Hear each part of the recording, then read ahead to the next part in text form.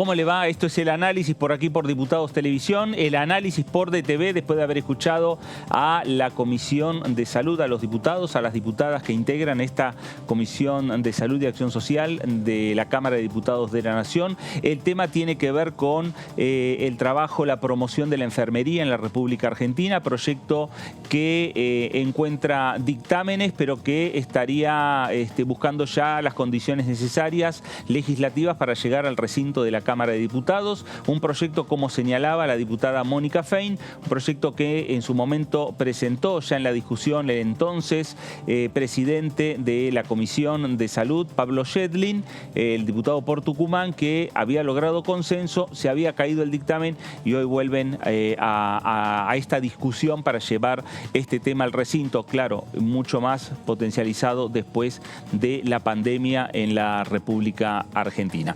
Señor David Cayón, ¿cómo le va? Bien, ¿qué tal? Muy bien.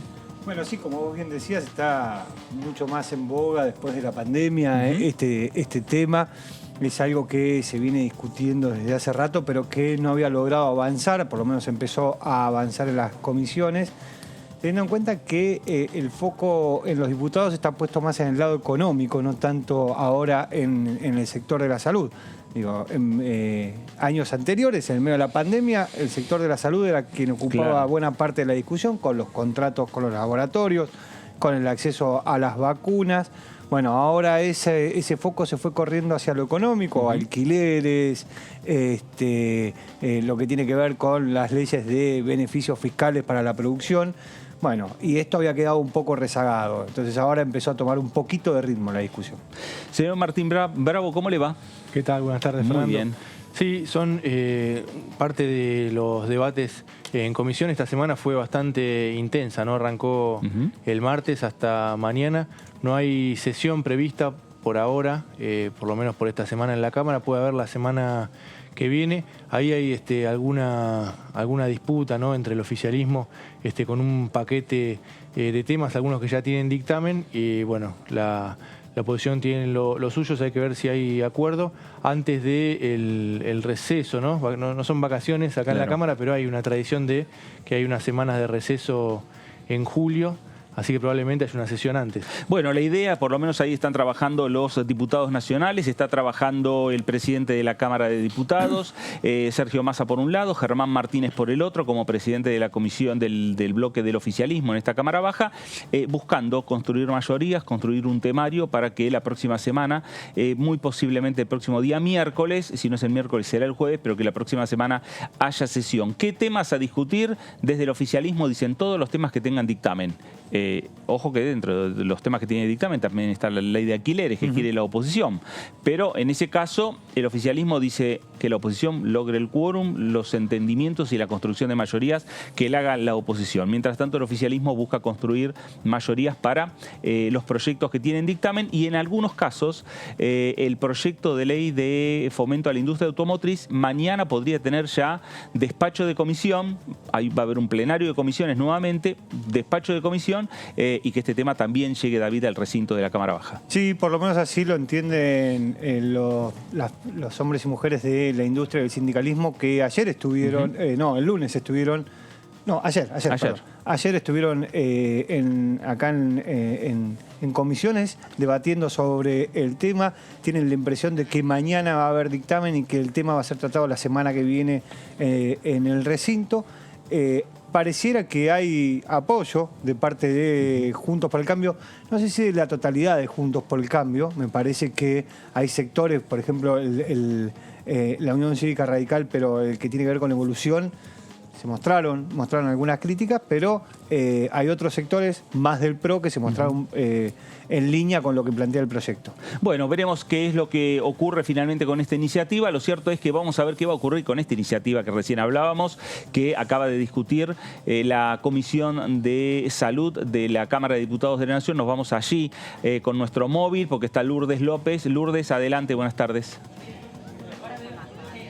Buenas tardes, Fernando, Martín y David. Así estamos en la sala 227 aquí del anexo A. Por supuesto, acaba de concluir lo que es Acción Social y Salud Pública. Estamos con la presidenta de esta comisión, Mónica Fein, del Partido Socialista, con quien, seguramente se está intentando tratar y trabajar este proyecto y cómo continúa la carrera de este proyecto de ley para llegar lo antes posible al recinto.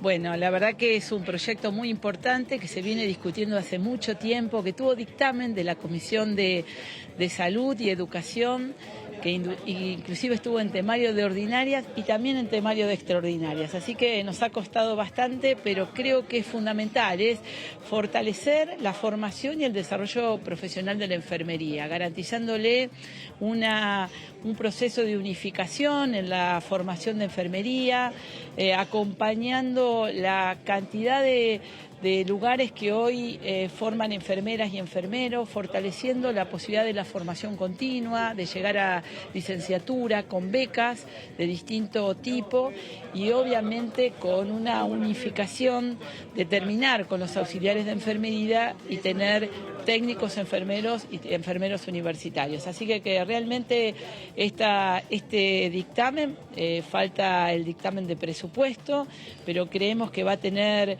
por las coincidencias que hemos encontrado, más allá que hay dictamen de mayoría y de minoría, pero las coincidencias son mayoritarias para que podamos discutirlo pronto en el recinto. Mónica, ¿cómo le va? Fernando Fraquelli saluda. ¿Qué tal, Fernando? Mónica, durante la pandemia, claro, se habló mucho sobre la situación de la enfermería en la República Argentina y se vieron las falencias. Esto puede tratar de empezar a equilibrar esta situación de desfasaje que no solo existió o existe en la República Argentina, en el mundo entero se vio que existe. Sí, con una diferencia, que Argentina está en un número de enfermeros y enfermeras más bajo que en inclusive algunos países de América Latina y por lo tanto tiene que promover la formación de más enfermeras y enfermeros. Esto va fundamentalmente al eje de formación. Tenemos una cuenta pendiente que es condiciones de trabajo, porque la verdad que promover la formación es fundamental, pero obviamente debemos después discutir y esperemos que así sea una ley que garantice que este desarrollo de formación y desarrollo profesional tenga condiciones de trabajo adecuadas y eso también va a estimular que más personas estudien enfermeras y enfermeros. Pero creo que hoy hemos dado un paso fundamental de coincidir con educación porque, discutíamos de quién es esto, de salud, donde necesitamos enfermeras o enfermeros que han demostrado en la pandemia el trabajo que han hecho, la importancia que tiene en la tarea comunitaria, la importancia que tiene en la atención general de la prevención, promoción de la salud y obviamente en las áreas críticas o de educación. Y la verdad que hemos discutido en forma conjunta salud y educación para buscar los mejores lineamientos de la formación de enfermería y también el acompañamiento del Ministerio de Salud para ver qué enfermero y enfermera necesitamos para el sistema. ¿Qué tal, diputada? Martín Bravo la saluda. ¿Cómo le va? Ha costado... ¿Qué tal, Martín? ¿Qué tal? Ha costado bastante el avance de este proyecto, como decía al principio. Por un lado está el escenario de la Cámara, ¿no? Bastante trabado, con bastante confrontación. Eso hizo que no hubiera, por ejemplo, no avanzaran los temas de extraordinarias. Pero puntualmente, en el caso de este proyecto, ¿por dónde estaba la mayor resistencia para que avance?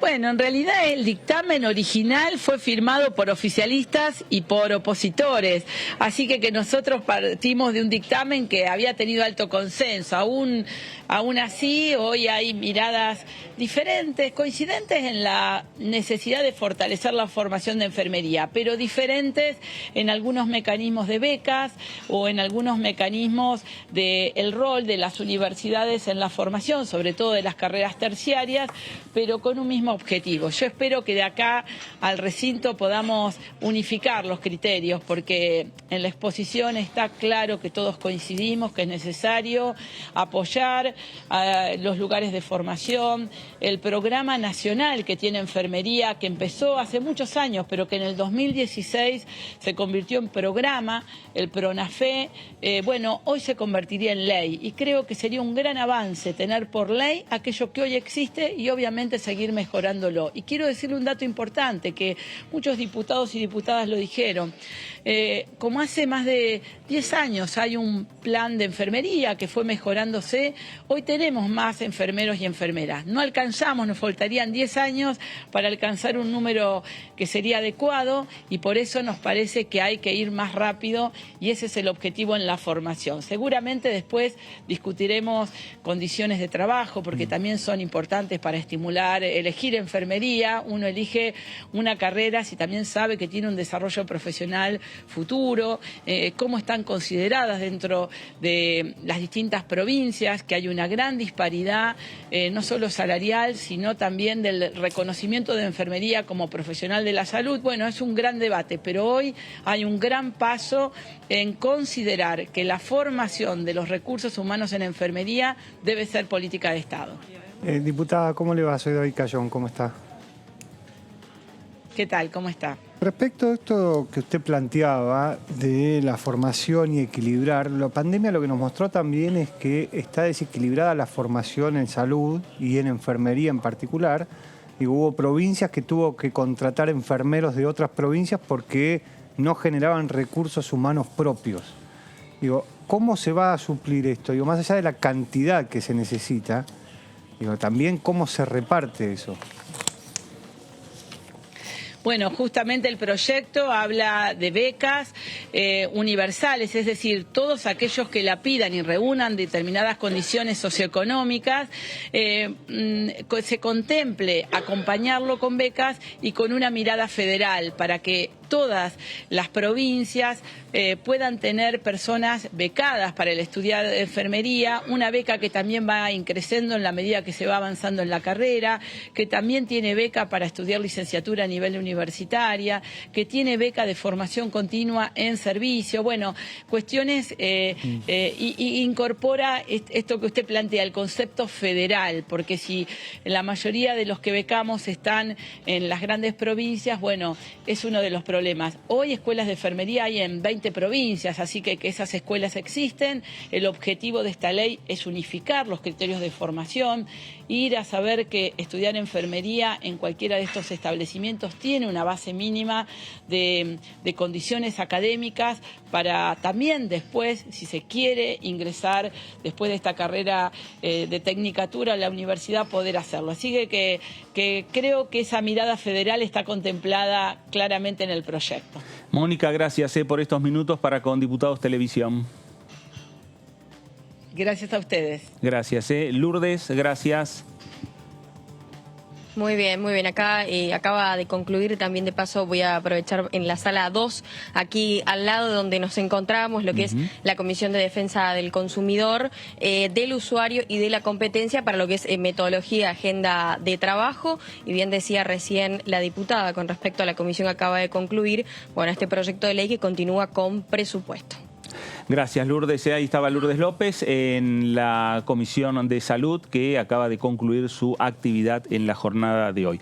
Vamos a hablar de otra comisión que estuvo trabajando, que es la Comisión de Presupuesto y Hacienda, la Comisión de Finanzas. El tema son los tenedores de los créditos SUBA, la solución que trata de buscarle el Congreso de la Nación. Y allí en la comisión habló Julio Cobos, el diputado del radicalismo por Mendoza. Más allá de la solución que tenemos que brindar desde el Congreso de la Nación y obviamente con acuerdo del Poder Ejecutivo a los créditos, sean hipotecarios o prendarios, es pensar en una solución de recuperar el crédito a largo plazo o crédito a corto plazo para capital de trabajo, porque convengamos que hoy 12 millones de pesos no alcanza tal vez para una vivienda de 100 metros, pero sí de 80, y 6 millones de pesos, que sería la mitad, para adquirir una camioneta, para prestar como como capital de trabajo, ¿no? Igual tendría que pagar una cuota de 200.000 pesos y ganar 600.000 pesos, por regla de 3 simple. Entonces, el problema que tenemos hoy es cómo resolvemos a los actuales beneficiarios de crédito, que fíjense, mire, esta curvita, ustedes ven el pico, la campana de Gauss que se produce al final, es el crédito otorgado a largo plazo en el 2017, 18 y 2019. Después y para atrás y para adelante no hay más crédito hipotecario, pues nadie toma en las condiciones que tenemos. Y acá, por otra parte, se ha hablado por ahí de UBI y UVA y de variación salarial. Fíjense como dato, señora presidenta y presidente de la Comisión de Presupuestos. La evolución del salario hasta septiembre del 2018 superó a la inflación y superó a la UBI. Ahora, a partir de ahí, fíjense en esta curva, cae el salario y con respecto al valor de la UVA. La UBI, que por ahí comentaban algunas de las disertantes y que los bancos no ofrecieron como alternativa, se produce con algunos altibajos, pero no considerables, recién en mayo del 2020. ¿Y esto por qué? Y se lo dice quien ha trabajado 20 años como ingeniero antes de ocupar un cargo público en la profesión. Porque cuando se produce un efecto inflacionario, hay una inercia más lenta de la construcción en alcanzar la inflación, porque también en la construcción interviene mano de obra. Y si el salario se deprecia o la construcción decae, todo se retrae.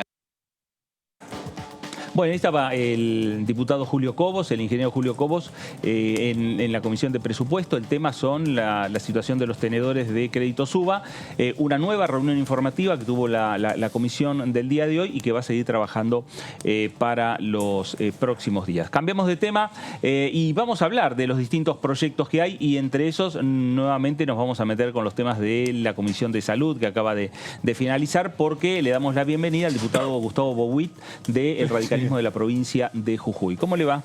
Muy buenas tardes, un saludo a usted y a toda la audiencia. Bueno, diputado, el tema enfermería, ¿le parece podría llegar al recinto rápidamente? Si hay acuerdo también con la Comisión de Presupuesto. Sí, hay dos dictámenes, uno de mayoría y uno de minoría. Falta de presupuesto, entiendo que están bastante próximos los dictámenes y que se puede llegar a lograr unificar, Dios quiera que así sea, porque es muy importante, una realidad que coincidimos todos. Hacen falta más enfermeras y hacen falta una formación de calidad mayor en las enfermeras. La foto del día de hoy es esa, la vivimos en la pandemia, a mí me tocó como ministro de Salud en mi provincia necesitar muchísimo enfermería. De hecho, tengo directores de hospitales que han sido enfermeros y enfermeras, pero claro, tienen una formación diferente el que está en una universidad que el que está por ahí en una institución privada. Tanto desde el punto de vista de la cantidad de años que estudian como por ahí de la parte práctica.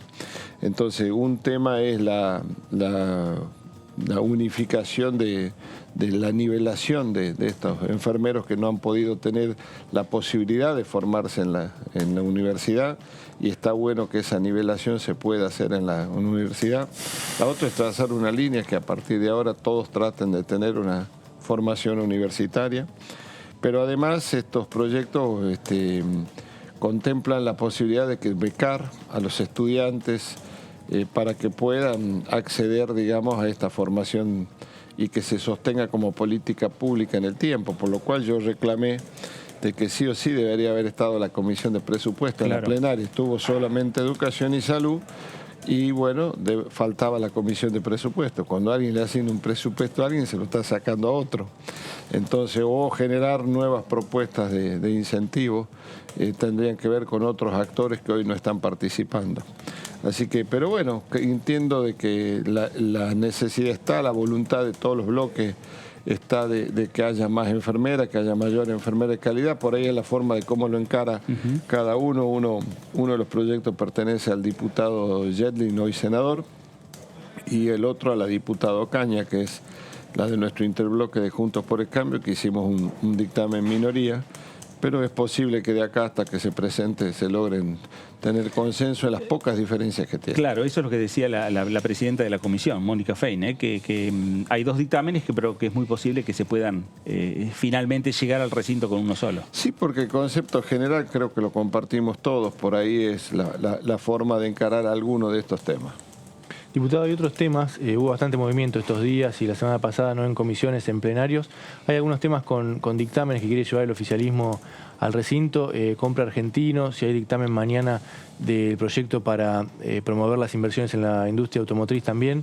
La oposición está interesado también en algunas otras cuestiones como la ley de alquileres. ¿Cree que puede haber una sesión antes del receso con temas acordados? ¿O imagina cada uno buscando el quórum? No, hasta ahora no hay una citación, hasta el día de hoy, a esta hora que estoy hablando con ustedes, no hay una citación de otra sesión.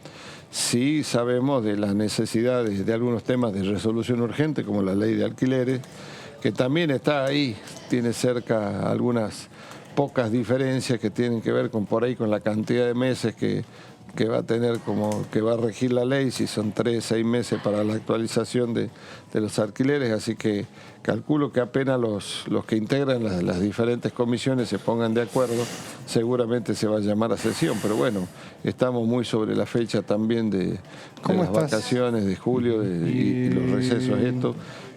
Estamos dispuestos a sesionar todos, pero bueno, tiene que haber algún acuerdo para producir los dictámenes. Gustavo, a veces hablamos de algunos proyectos y el impacto que tienen en ciudades como por ejemplo la Ciudad de Buenos Aires o Provincia de Buenos Aires, cuando se habla, por ejemplo, de la ley de alquileres. ¿Y cuál es el impacto del problema del inquilino también en la provincia de Jujuy? Bueno, lo que sucede cuando no hay una ley de estas características que tenga un consenso general, hay menos oferta de viviendas para alquilar, con lo cual el que está alquilando tiene una problemática mayor que la del propietario. También hay una problemática del propietario en Jujuy, claro que hace falta más vivienda para alquilar y por ahí los propietarios están un poco pausados en este alquiler, porque claro, este monto que se ponía a 1 año de duración, donde en un país con la tremenda inflación que tenemos, por ahí hace que el propietario espere un cambio en esta ley. Por eso me parece que es importante y urgente el tratamiento de la ley de alquileres, como la que planteaba recién el diputado Julio Cobo de los créditos UBA, claro. Porque también aquel que está construyendo su casa y también tiene un ingreso fijo, este ritmo no le permite tampoco sostener el crecimiento. Por eso es importante también entender en este país que la vivienda, el acceso a la vivienda es muy importante y debería haber créditos sin intereses para que la gente pueda acceder a una vivienda pagando lo que por ahí está pagando hoy por un alquiler. Claro. Entonces la generación de crédito para que la gente pueda adquirir vivienda y incluso sin cobro de intereses. Creo que tiene que ser una política pública de que la gente pueda acceder a una vivienda y hoy cambiar el alquiler por el pago de una cuota. Me parece que esos son los gastos que deberíamos cambiar desde la política. Diputado, con ley de alquileres, ¿cómo están los números? Porque en un momento cuando salieron los dictámenes, parecía, más allá de que la oposición tenía el de minoría, parecía que en el recinto iban a estar, ¿no?, los 129 o más que necesarios, pero después el interbloque de Provincias Unidas marcó algunos reparos, también los socialistas. No sé si habló con la presidenta de la Comisión de Salud, a ver qué postura tiene, a ver si están esos números, ¿no? No, hasta acá no han logrado tener la mayoría y por eso no se presenta. Están ahí, están cercanos, pero bueno, hoy por hoy hay un equilibrio bastante parejo de votos, con lo cual los partidos estos provinciales o por ahí con pocos diputados logran hacer el número que a veces es de un diputado, de 2 diputados que se necesitan para los votos, con lo cual están tratando de consensuar algunas posiciones. ¿Cómo está repercutiendo la interna de Juntos por el Cambio dentro del bloque o del interbloque de Juntos por el Cambio, cuando las posturas siempre miramos mucho más adelante y la política ya nos lleva al año próximo, cuando hay elecciones presidenciales y los precandidatos del PRO que tienen los suyos, y el gobernador Morales, que quiere también ser y que recorre como presidente del Comité Nacional la República Argentina y además como gobernador de la provincia, buscando posicionarse también. Digo, ¿esto impacta y cómo está esa campaña del gobernador? No, en diputados no tenemos diferencias de ese tipo. El interbloque funciona y fundamentalmente funcionamos hasta acá unidos. Sí, claro, tenemos posiciones por ahí diferentes en algunos temas y las marcamos nosotros como Unión Cívica Radical, pero intentamos buscar el consenso. Creo que es el momento del consenso, de la unión que nos están pidiendo todos nuestros dirigentes, así que en diputados no hubo ese tipo de rupturas. Sí sabemos que nuestros dirigentes están tratando también de unificar posiciones antes que lleguen los temas bajados a nosotros, a los diputados, y se está pronunciando incluso con cartas públicas y todo que está haciendo Juntos por el Cambio ante determinado tema, con lo cual se unifica posiciones y todos nos alineamos detrás de lo que digan nuestros máximos dirigentes. Por supuesto que nosotros como radicales queremos que el presidente sea un radical, y además particularmente nosotros los jujeños queremos que sea Gerardo Morales, y mucha gente, muchos de los diputados apoyan esta posición. Seguramente en los tiempos que correspondan y en las elecciones que llegaremos tendremos novedades, si habrá alguna fórmula unificada o habrá que ir a las PASO con fórmula radical y fórmula de los diferentes interbloques, ¿no? ¿Le gusta ir a las PASO? Yo pienso que falta tiempo todavía y que se está recorriendo el país. Nosotros tenemos a Gerardo recorriendo todo el país tratando de unificar en las diferentes provincias. Tampoco hay una unificación de que existan en todos lados mesas de Juntas por el Cambio. Hay en algunas provincias van divididos, en algunas provincias el PRO va con otras fuerzas políticas. Entonces esa libertad que tiene cada provincia se la está tratando de unificar en una posición nacional, que si no nos encuentra unidos vamos a volver a sufrir el kirchnerismo nuevamente, y es lo que queremos evitar, que el kirchnerismo no gobierne más este país. Uno de los ejes de discusión que repercute acá en el Congreso con el posicionamiento electoral es el tema de los proyectos que amplían el gasto del Estado, ¿no? Que Macri pidió no votarlos, diferenciarse especialmente, que el PRO se diferencie especialmente de la UCR en ese sentido. Pasó con la ley de cannabis, con la de HIV y con alguna más, con la de las industrias culturales. Y ahora hay una discusión en la Comisión de Transporte por los subsidios, ¿no? Que votó el radicalismo ahí preside su coprovinciano, por los subsidios al transporte, que hay una inequidad, ¿no? en las provincias en cuanto al AMBA, pero no votó el PRO. Corrijo algunos de los conceptos porque me tocó estar en todas esas, digamos. Claro que hay una unificación de posición de todos Juntos por el Cambio, de no aumentar el gasto público y no aumentar impuestos, fundamentalmente cuidarle el bolsillo a la gente. Este es el concepto general y lo hemos respetado en todos los casos. Sí, en el caso de cannabis había una formación que fue una de las cosas más polémicas, digamos, que formaban una nueva entidad que dentro del proyecto del oficialismo, que formaba una comisión, pero bueno, muchos de estos trabajos decían también que eso iba a ser ad honorem, por lo cual la intencionalidad de Juntos por el Cambio de cuidar el gasto público es importante. No hubo disidencia en el tema de HIV, al contrario, salió unificada, digamos. Sí hicimos algunas sugerencias que el oficialismo, que la hizo el diputado Mansi, que el oficialismo no las concedió, pero salió unificado ese proyecto. Claro, y lo que nosotros planteamos en transporte es que, te doy un ejemplo, en mi provincia el pasaje en colectivo vale 50 y pico de pesos, acá vale 20 pesos. Y además, con esos mismos 20 pesos viaja en otro colectivo. Entonces, claramente hay una discriminación hacia el interior de los subsidios que son mayores en Cava y provincia de Buenos Aires. Y lo que estamos diciendo es que den a todos iguales, que el subsidio sea absolutamente igual y federal en todo el país. Y las dos posiciones son, si no lo querés tocar a Cava y a provincia, bueno, aumentá la cantidad de plata para el interior, de manera que todos podamos tener ese subsidio, que sea igualitario, que la gente pueda pagar un pasaje que esté relacionado con la cantidad de colectivos que hay y la población que tenés, pero con la cantidad de colectivos fundamentalmente, y que el tratamiento sea igualitario para todos. Creo que la posición de Jujuy es bastante clara y acompañada por todo el resto de las provincias que están sufriendo este tipo de discriminación, que donde todo se está dando a Cava o a la provincia de Buenos Aires, que es lo que está además haciendo este gobierno. Está apoyando fundamentalmente todo lo que significa el sino atención de mayor cantidad de fondos a la provincia de Buenos Aires, gobernador Kicillof. Ahora, Gustavo, este proyecto, ¿usted lo ve como que va a avanzar? ¿Ya en la próxima sesión podría aprobarse? Está el diputado Risotti, que es mi comprovinciano en este proyecto, haciendo toda la defensa de este proyecto y de la posición de nuestro gobernador. Así que seguramente en algún momento se va a lograr este consenso, porque hay una realidad que no se aguanta más, digamos, el transporte en las diferentes provincias, sumado a toda la complejidad de la falta de gasoil hoy por hoy, digamos. Entonces, son todos temas que a las provincias nos están repercutiendo muchísimo. Son problemáticas que en el interior se sienten mucho más.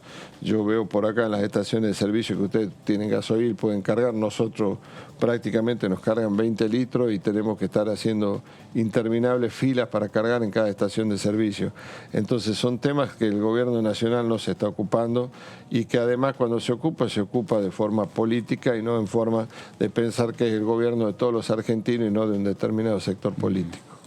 Diputado, hoy hubo una discusión en su provincia por la visita de Alberto Fernández a Milagro Sala en el hospital con Gerardo Morales, ¿no? Que salió a responderle fuerte. El presidente no lo vio a Gerardo Morales. ¿Qué posición tiene?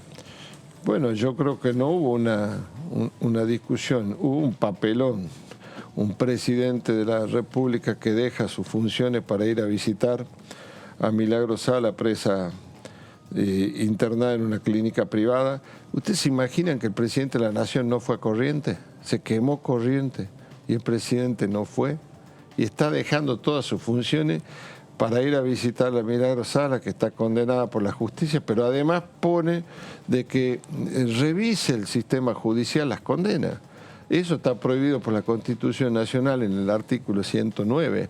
Entonces lo que estamos viendo es una vergüenza, es un papelón más de este presidente que sigue actuando políticamente y no como el presidente de todos los argentinos. Con todos los problemas que tiene hoy la Argentina, el presidente suspende la agenda, va en el avión que pagamos todos los argentinos a Jujuy a visitar a Milagro Sala.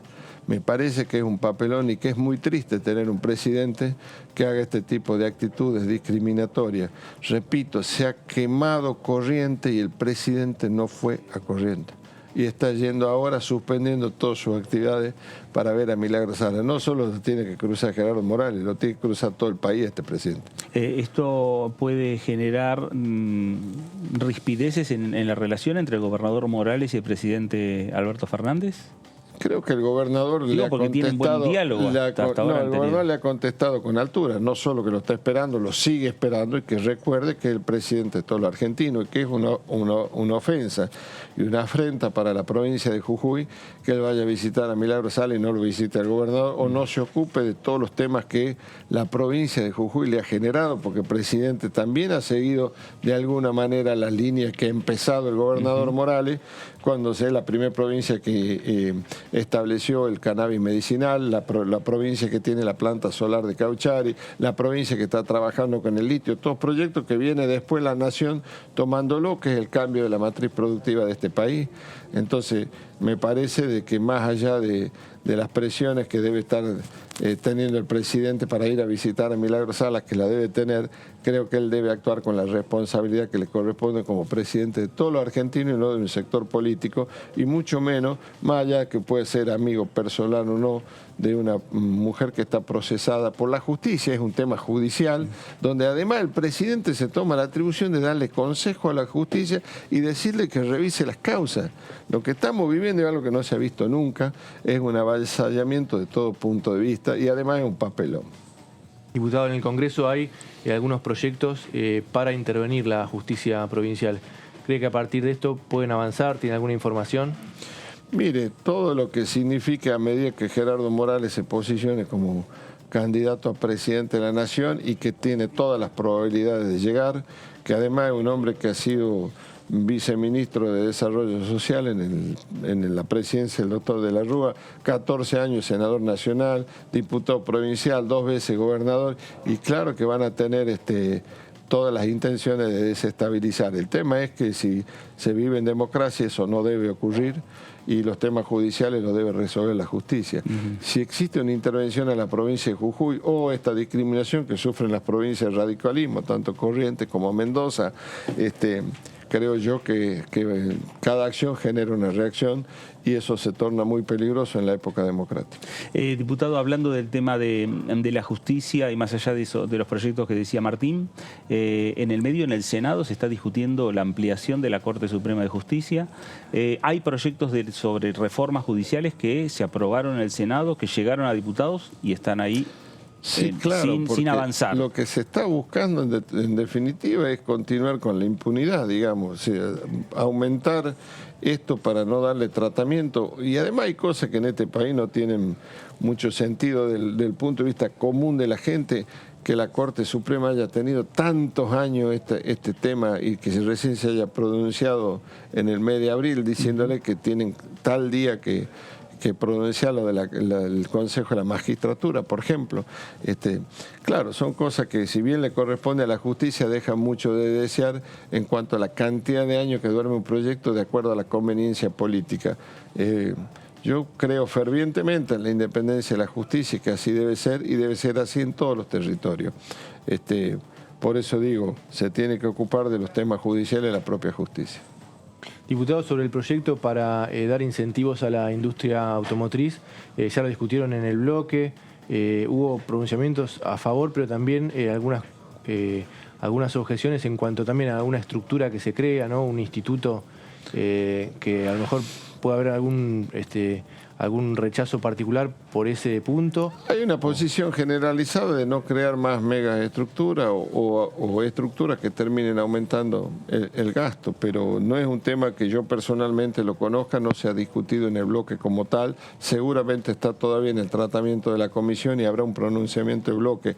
Siempre que hay algún tema que tenga que ver con una importancia general y que tenga que ver con lo que le importa hoy a la gente, temas trascendentales, claro que hay una reunión de bloque donde se unifica la posición de todo el bloque y también del interbloque. Gustavo fue ministro de Salud en su provincia.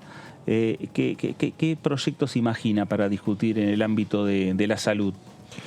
Bueno, yo he tenido una participación, recordarán ustedes, en la provincia creamos la ley del cobro de seguro extranjero, debate nacional que se armó, que primero se lo quiso tergiversar hablando de discriminación, etcétera. Pero bueno, terminó la ministra de Salud, Evo Morales, y actuando con Cancillería y firmando un acuerdo de reciprocidad, porque resulta que nosotros atendíamos todo gratis, cuando íbamos del otro lado de la frontera nos cobraban, ¿no? Más allá de la cantidad, en este caso con la hermana nación de Bolivia, había mucho más bolivianos que cruzan a Argentina que argentinos que cruzan a Bolivia. Pero cuando, por ejemplo, teníamos un accidente, los argentinos allá no nos cubría el sistema de salud. Bueno, a través de estos acuerdos, en la presidencia de Evo Morales se logró el acuerdo de reciprocidad. Situación que después del golpe de Estado en Bolivia, volvió todo a foja cero. Entonces me parece que es importante para nosotros los argentinos que tengamos como condición, digamos, que cualquier extranjero que entre al país tenga un seguro de salud que pueda cubrir todo lo que sea necesario en salud, por lo menos a partir de la fecha, ¿no? A partir de la fecha que se presenta el proyecto. Eso hace de que los recursos y todos los impuestos que pagamos los argentinos tenga que ver con la atención a los propios argentinos. En ningún lado de la Constitución dice que la salud sea gratuita, la salud la pagamos todos y esto es importante, poder darle al Ministerio de Salud de Nación y a los ministerios provinciales los recursos necesarios para la atención. A todos los argentinos cuando vamos a otro lado, a otro país, nos piden la tarjeta de crédito, el seguro de salud, el Asiscar o lo que sea, como se llame. Los diferentes países del mundo que no cobran es el que tiene reciprocidad con el otro. Está bien, yo te atiendo a países de tal nacionalidad gratis en la medida que vos me atiendas de la misma manera. Ese sería uno de los proyectos que considero que es importante. El segundo tiene que ver con recursos humanos. Faltan médicos en el país, faltan médicos y están mal distribuidos además porque los médicos están en los lugares donde hay fábrica de médicos, concretamente en las universidades, los lugares grandes, Córdoba, Buenos Aires, Rosario. Pero bueno, no hay en las provincias periféricas, no hay médicos. Y es importante que después de recibirse de todo lo que le ha dado la universidad y la sociedad para que se puedan recibir, roten y hagan una atención periférica en las diferentes provincias. Esto me parece que es fundamental también. Y además creo que el sistema sanitario argentino está acabado, es un sistema que tiene muchos años y que tiene muchos defectos y que en algún momento tenemos que hacer cambios estructurales con la creación de un seguro de salud que le permita a todos los argentinos acceder. Hay una desigualdad muy grande en cada provincia, en el interior no es lo mismo que en la capital y a su vez mayor aún a nivel federal. Hay argentinos que no tienen la posibilidad de acceder o porque no tienen la tecnología o porque no tienen, en este caso, los médicos, como bien decía, pero no tienen la cobertura tampoco. Hay, por lo menos en nuestra provincia, hay casi un 50% de gente que no tiene cobertura y este 50% lo atiende el Estado. Entonces es importante también que esta realidad que se repite en las diferentes provincias, la gente pueda tener asegurado su derecho a la salud y esto tiene que ver por ahí con que todos los recursos que hoy se utilizan en la salud, hoy por hoy los que tienen cobertura están yendo al sector privado a través de obras sociales sindicales.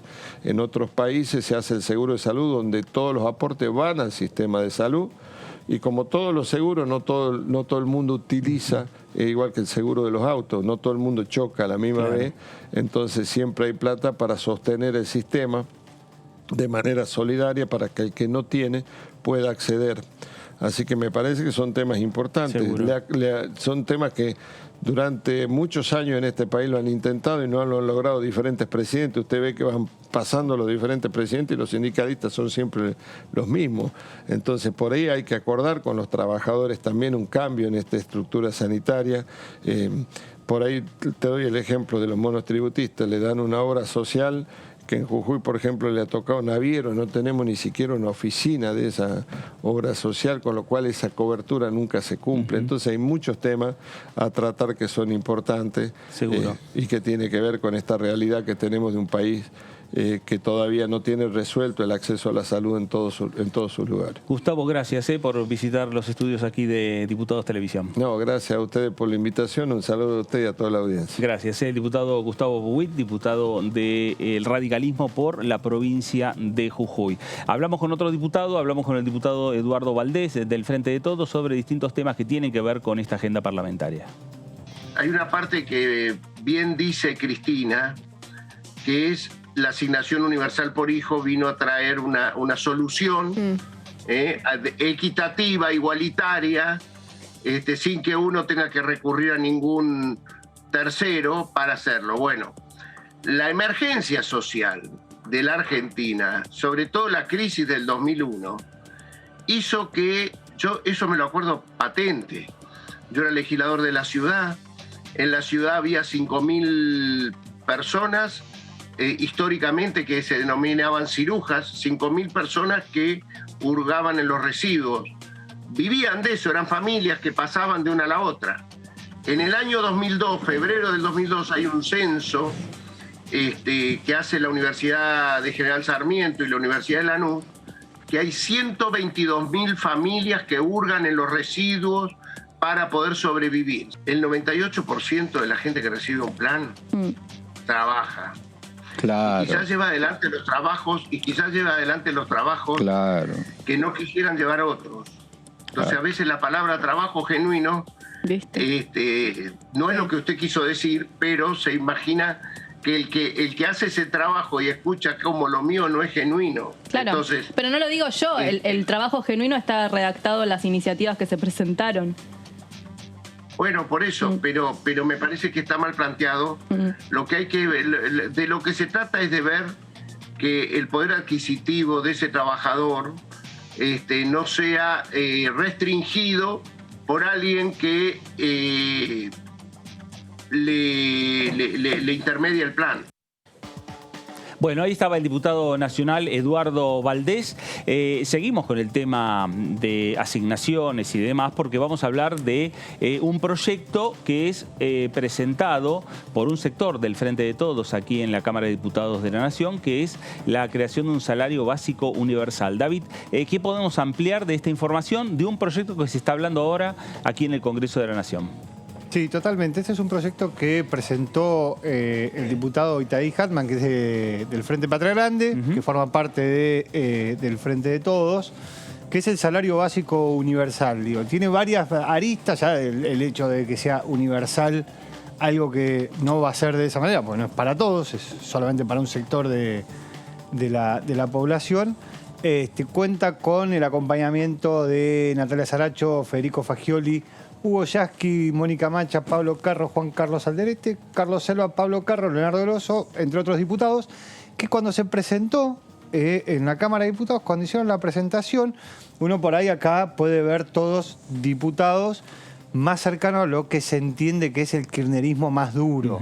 ¿Sí? Bueno, pero sin embargo, cuando se hizo la presentación, estuvo en la reunión el presidente del interbloque, el presidente del bloque, Germán Martínez, apoyando la medida.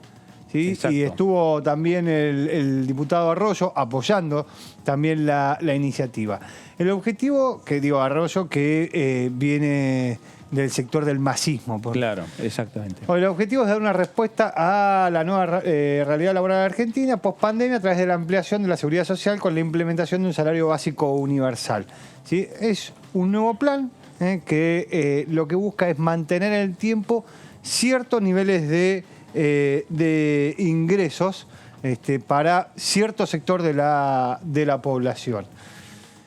El salario básico universal es una prestación monetaria mensual no contributiva y de alcance nacional destinada a trabajadores y trabajadoras de bajos ingresos. Por eso digo que no es universal, porque no es para todo el universo de los trabajadores, simplemente para un sector, y lo que busca es establecer un piso mínimo de ingresos para toda la población que tiene que ver con una canasta básica de alimentos. Se toma en general en estas estimaciones la canasta básica de alimentos de una familia tipo del INDEC, que son 2 adultos, 2 menores en edad escolar, que hoy está cerca de los 90.000, 100.000 pesos.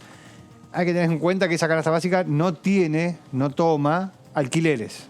Claro. Digo, en esto que también se está discutiendo en el Congreso, cuando el INDEC mide cuánto necesitas vos para no ser pobre en la Argentina y te dice 90.000, 95.000 pesos, tiene que ver con la adquisición de bienes y servicios, pero no con los alquileres. Para el INDEC, no ese está. Número incluye la propiedad de la vivienda. Así todo, David, es un monto mucho más alto que el salario social complementario, ¿no? Sí, pero esto obviamente viene a complementar un ingreso. O sea, se supone que salís de la base de un ingreso, que esa está la discusión, digo. Son trabajadores que están en la parte más baja, en el piso de la pirámide salarial, y dicen, bueno, ¿cómo los ayudamos? ¿Cómo hacemos que empiecen a escalar dentro de la pirámide salarial? Y lo que busca de alguna manera es achatarla, pero de abajo hacia arriba, no de arriba hacia abajo, en el sentido de que el piso esté más alto. Sí, un poco más alto. Esté un poco más alto. En la placa siguiente, estos quienes van a percibir, en el caso de que esto se apruebe en el Congreso de la Nación, desocupados, personas que se desempeñan en economía informal, inscriptas en la categoría del monotributo, que es la categoría más baja, en el régimen de inclusión social y promoción del trabajo independiente, trabajadores de casas particulares, que más o menos son 7,5 millones de beneficiarios. Recuerden que cuando se hizo el IFE fueron 9 millones de beneficiarios.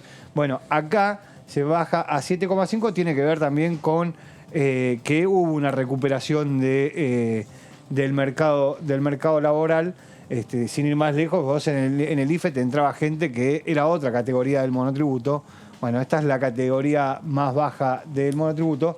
Y bueno, trabajadoras de casas particulares que tienen un convenio laboral, que tienen una paritaria, pero bueno, ¿para qué? Para de vuelta elevar ese piso y que puedan recibir un ingreso un poco mayor.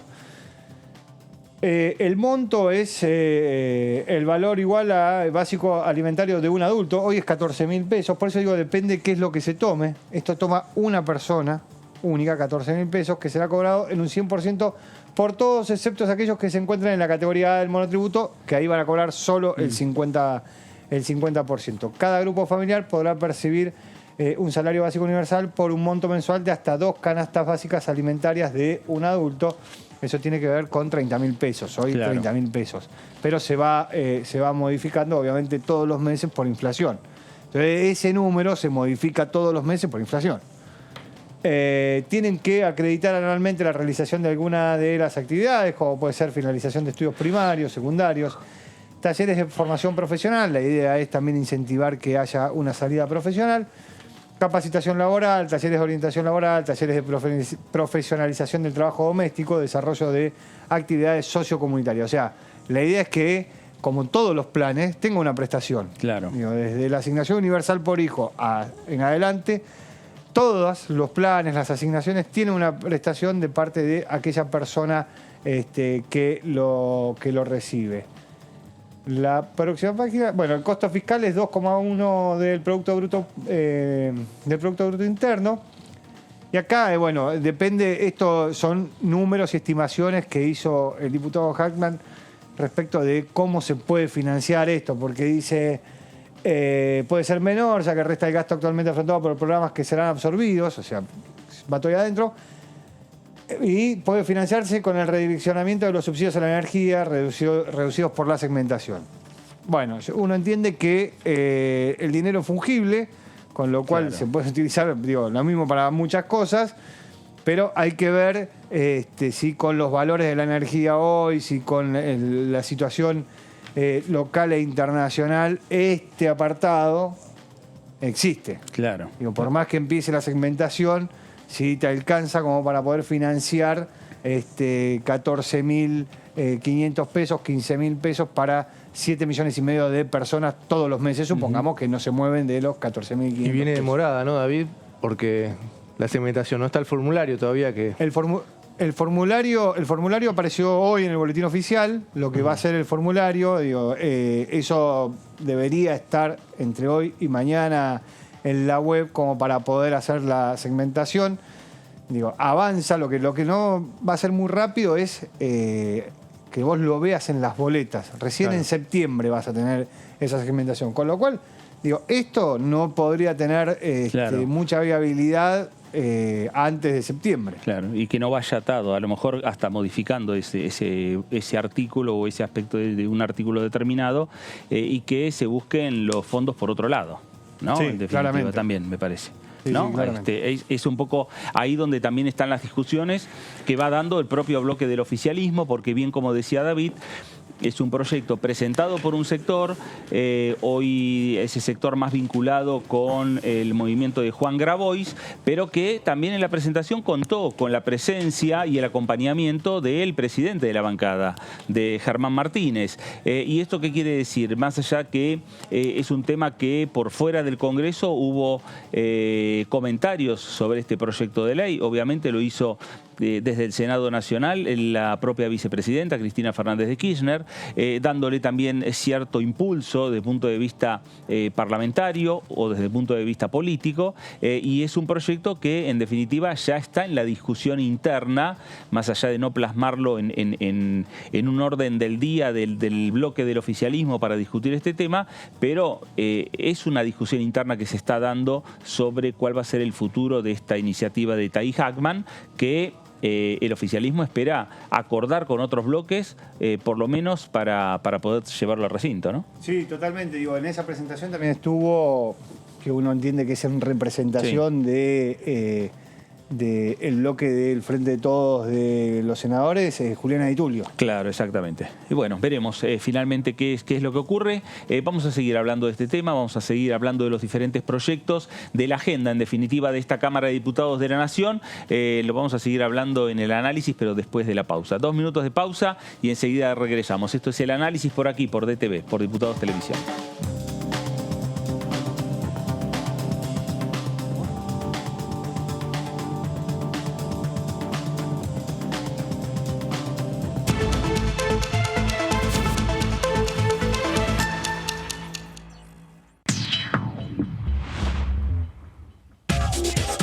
Lo que pasa en comisiones. Lo que pasa en las sesiones. Lo que pasa en el Congreso. Lo que querés saber de nuestro Parlamento, te lo contamos nosotros. Porque somos tu voz en el Congreso. DTV, el periodismo en el Congreso.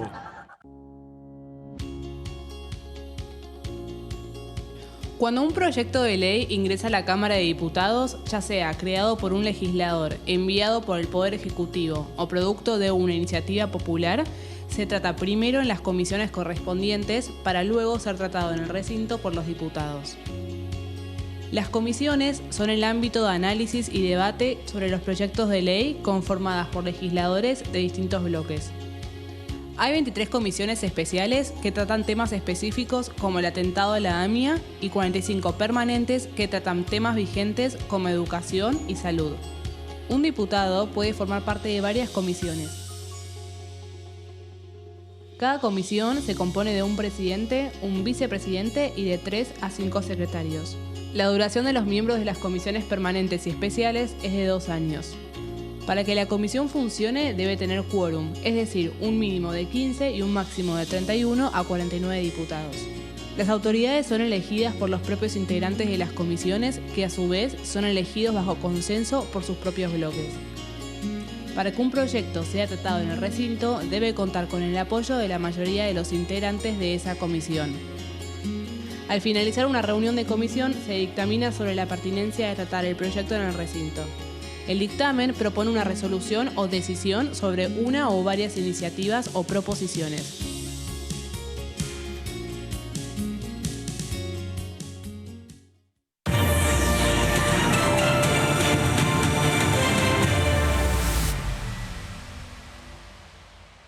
Vacuna antigripal anual 2022. Si formás parte de los grupos de riesgo, personas de 65 años o más, personal de salud, embarazadas y puérperas, niñas y niños de 6 a 24 meses, personas de 2 a 64 años con inmunocompromiso o enfermedades crónicas, respiratorias, cardíacas, diabetes. Es fundamental que recibas ahora esta vacuna para prevenir las formas graves de gripe. La aplicación es gratuita en todo el país. Y recordá que podés dártela junto a cualquier otra vacuna. Vacunate. Es bueno para vos. Es bueno para todas y todos. Infórmate más en argentina.gov.ar/vacunas. Argentina te cuida. Ministerio de Salud. Argentina Presidencia. Hola, ¿qué tal? ¿Cómo están? Bienvenidos, bienvenidas a esta tercera edición. ¿Cómo abordamos la situación crítica que vive el transporte urbano de pasajeros del interior del país en lo inmediato? Trabajar, en principio, los próximos 60 días en la búsqueda de una ley integral de reparto más equitativo de los subsidios al transporte automotor de pasajeros. Nosotros creemos que si a los propietarios les damos alguna cláusula que puedan, la inflación no les haga perder el poder adquisitivo, bueno, van a salir a colocar sus departamentos. TTV, tercera edición, de lunes a viernes. ¿Estás por salir a hacer las compras? Ahora ya no vas solo. El Estado te acompaña a través del programa Cortes Cuidados. Cuando estés en la góndola del súper, estamos con vos. Reconstrucción Argentina. Argentina Presidencia. Lo que piensan las diputadas. Lo que piensan los diputados. Lo que pasa en el Congreso. ¿Lo que querés saber de nuestro Parlamento? Te lo contamos nosotros. Porque somos tu voz en el Congreso. DTV, el periodismo en el Congreso. Si salís a la ruta, alcohol cero. Si manejás, alcohol cero. Si salís y manejás, no tomes. Viajá seguro. Al volante, alcohol cero. Reconstrucción Argentina, Ministerio de Transporte, Argentina Presidencia.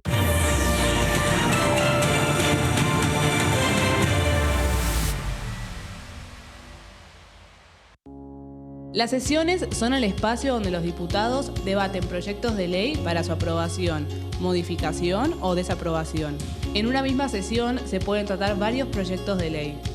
Desde el 1 de marzo, cuando el presidente las inaugura, se desarrolla el periodo de sesiones ordinarias. Entre el 1 de diciembre y el 28 de febrero se extiende el periodo de sesiones extraordinarias que solo pueden ser realizadas a pedido del presidente de la Nación. En el recinto, el bloque oficialista se dispone a la derecha del presidente de la Cámara, el bloque opositor mayoritario a la izquierda y en el centro los bloques con menos cantidad de integrantes. En el tratamiento, en general, los diputados tienen 7 minutos y los jefes de bloque entre 20 y 12 minutos conforme al número de legisladores que representen. La sesión es dirigida por el presidente de la Cámara de Diputados, que administra el uso de la palabra y las distintas instancias del funcionamiento. A la izquierda del presidente está el secretario administrativo, a la derecha el secretario parlamentario y debajo de él están los taquígrafos, que registran cada uno de los testimonios.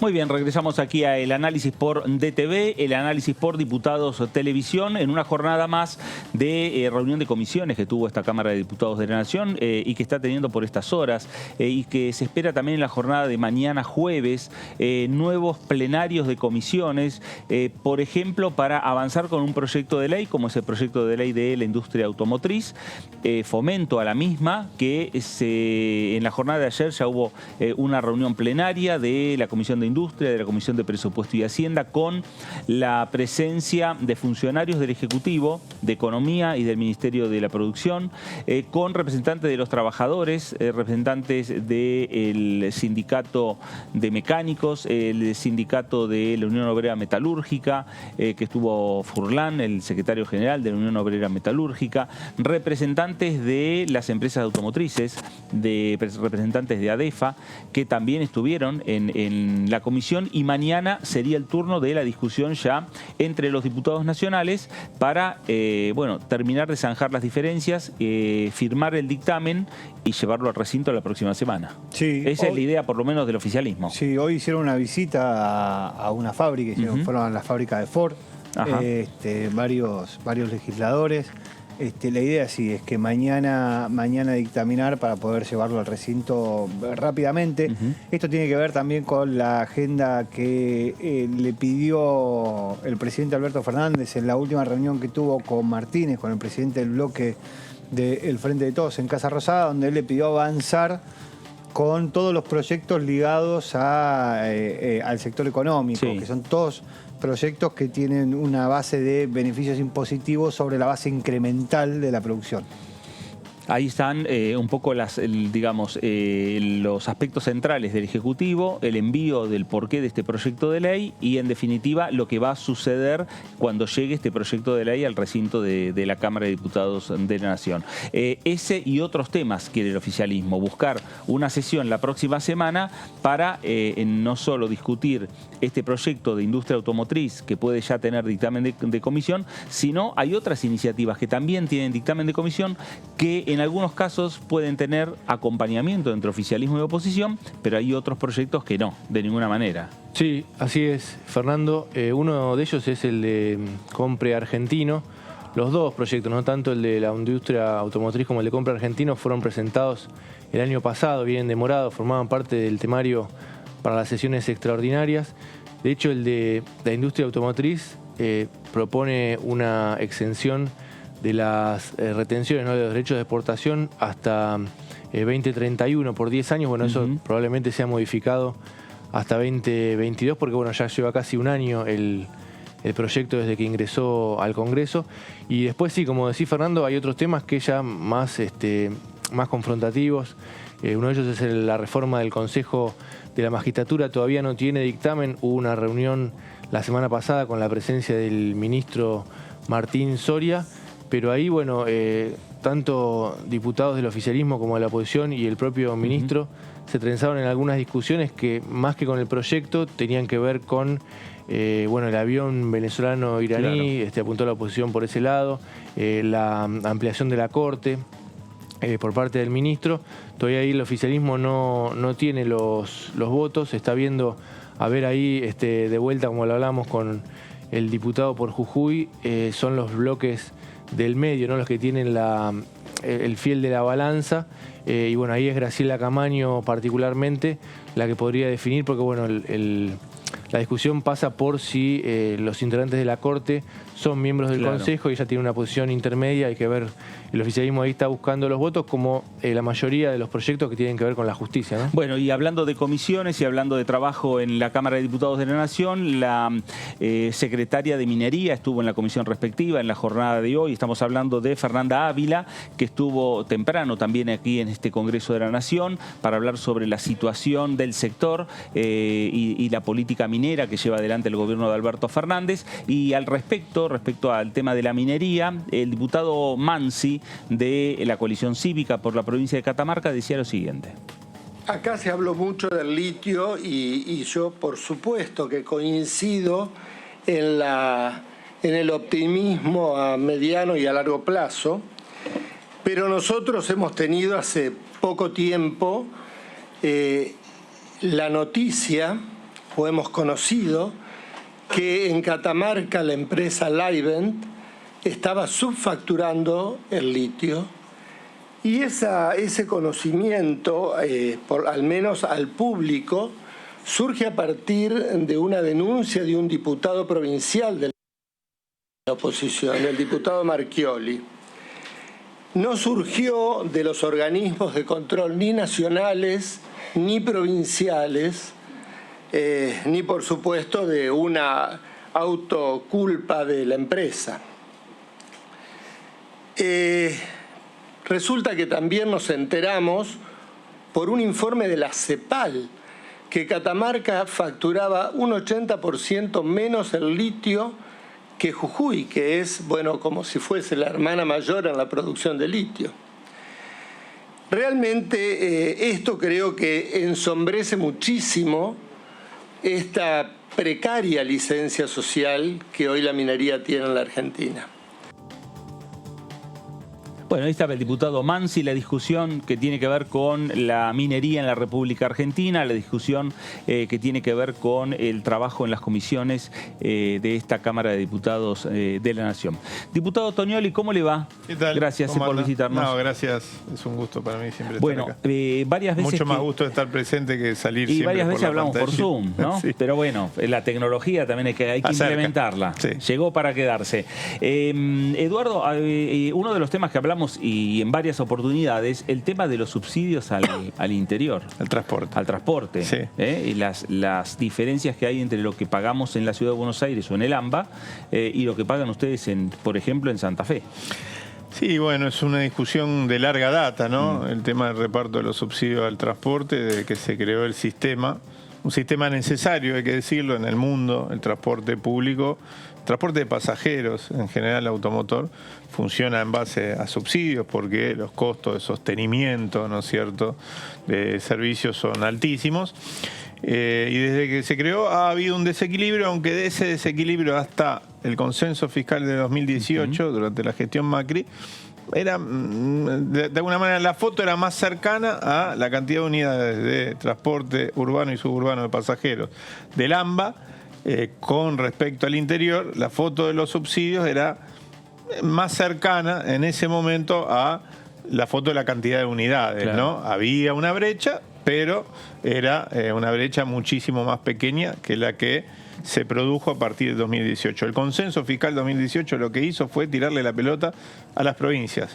El gobierno de Macri arrancó su gestión con el 68% de los subsidios del Estado Nacional al transporte automotor para el AMBA, 68 para el AMBA, el resto para el interior, y terminó su gestión con el 85 para el AMBA y el resto para el interior, porque había una progresividad que iba a camino a soltarle la mano a las provincias, ¿no?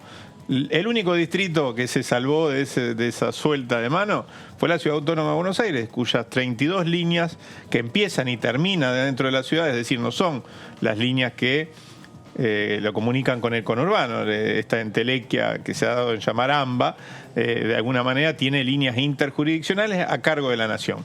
Las 32 líneas que empiezan y terminan en la Ciudad Autónoma de Buenos Aires son las únicas de todo el país que pertenecen a un distrito y que sin embargo están enganchadas directamente al sistema de subsidio, están básicamente gestionadas por Nación o subvencionadas por Nación. Eso está en discusión y entendemos que debería impactar en la discusión del segundo capítulo de la Comisión de Transporte, que empezó con la cuestión de la emergencia, que ya dictaminó en torno a la emergencia y que ahora tiene que discutir en los próximos 60 días básicamente un proyecto de ley más integral de reparto equitativo de los subsidios al transporte. El texto de la emergencia no dice nada de Ciudad Autónoma de Buenos Aires. El AMBA lo único que hace es reforzar los recursos para el interior del país para lo que resta del año, es decir, llevarlos a 59.000 millones y medio para todo el año, cuando el presupuesto no aprobado, lamentablemente, lo había llevado a, si no me equivoco, 46.000 millones. O sea que acá más o menos se va a ir cerrando, digamos, esa diferencia que se generó a partir de que no se aprobó el presupuesto 2022. Es un aliciente, es un empujón grande para el interior del país. Nosotros lo entendemos no como un techo, sino como por lo menos una tranquilidad para el interior del país de que va a haber una masa de recursos que va a servir para fortalecer el transporte público. A mí no me llama la atención, quiero decirlo, que haya habido diputados y diputadas de Juntos por el Cambio, en particular encabezados por Ferraro, que es de la Ciudad Autónoma de Buenos Aires, que buscando el pelo en la leche, tecnicismo, decidieron no firmar el dictamen en la semana pasada en transporte, cuando no había, no estaba en discusión la Ciudad Autónoma de Buenos Aires, sus recursos, o el AMBA, ¿por qué no decirlo, no? Debate que ampliaría las contradicciones, por ejemplo, podría ampliarla en el Frente de Todos, y sin embargo, todo el bloque, o todos los integrantes del Frente de Todos que estamos en la Comisión de Transporte, firmamos el dictamen.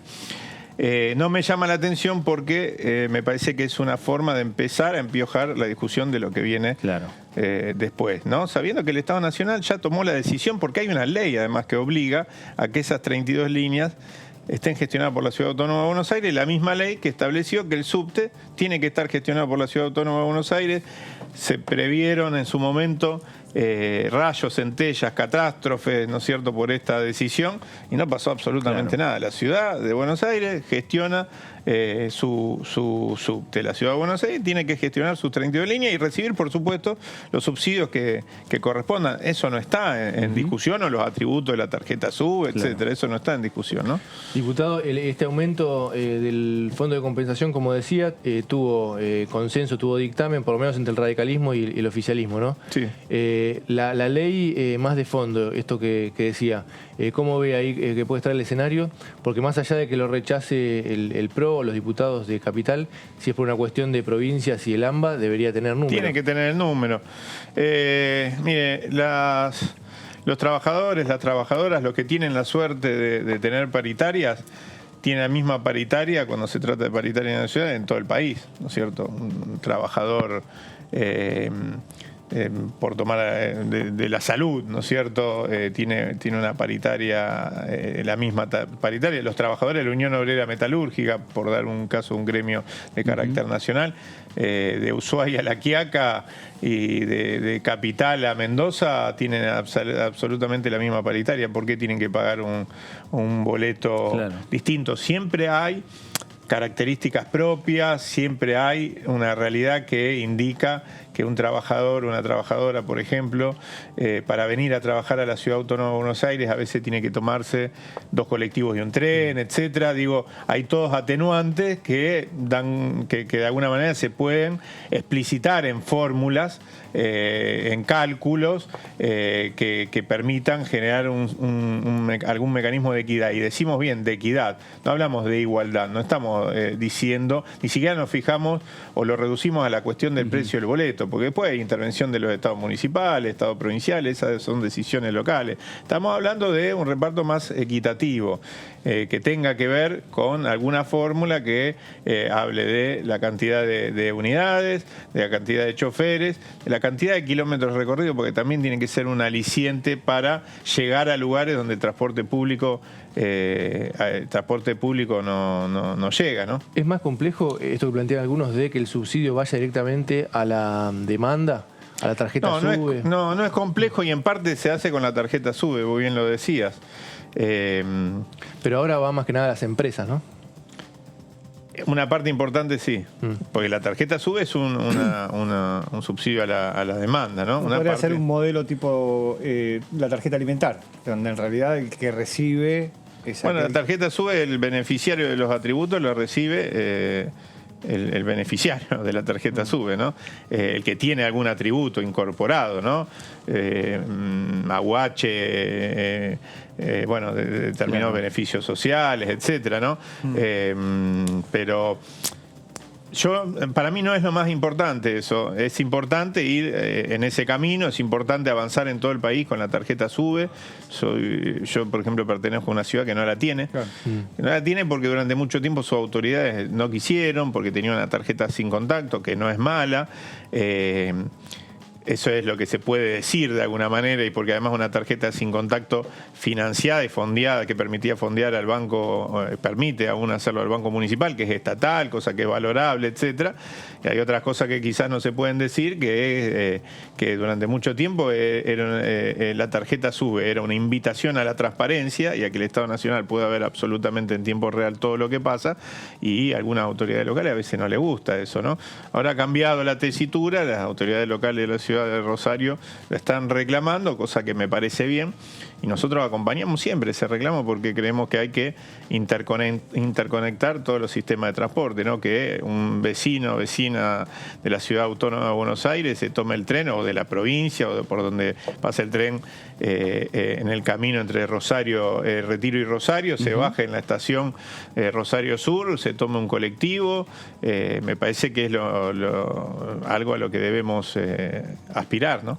Ahora, Eduardo, ¿cuándo va a estar estos proyectos llegando al recinto de la Cámara de Diputados? Justo ayer le preguntaba al presidente de nuestro bloque, a Germán Martínez, en particular por el tema de transporte. Bueno, ustedes saben que en estas paridades, ¿no es cierto?, en estas comisiones muchas veces muy finitas, claro, en sus mayorías, necesitamos generar amplios acuerdos, ¿no?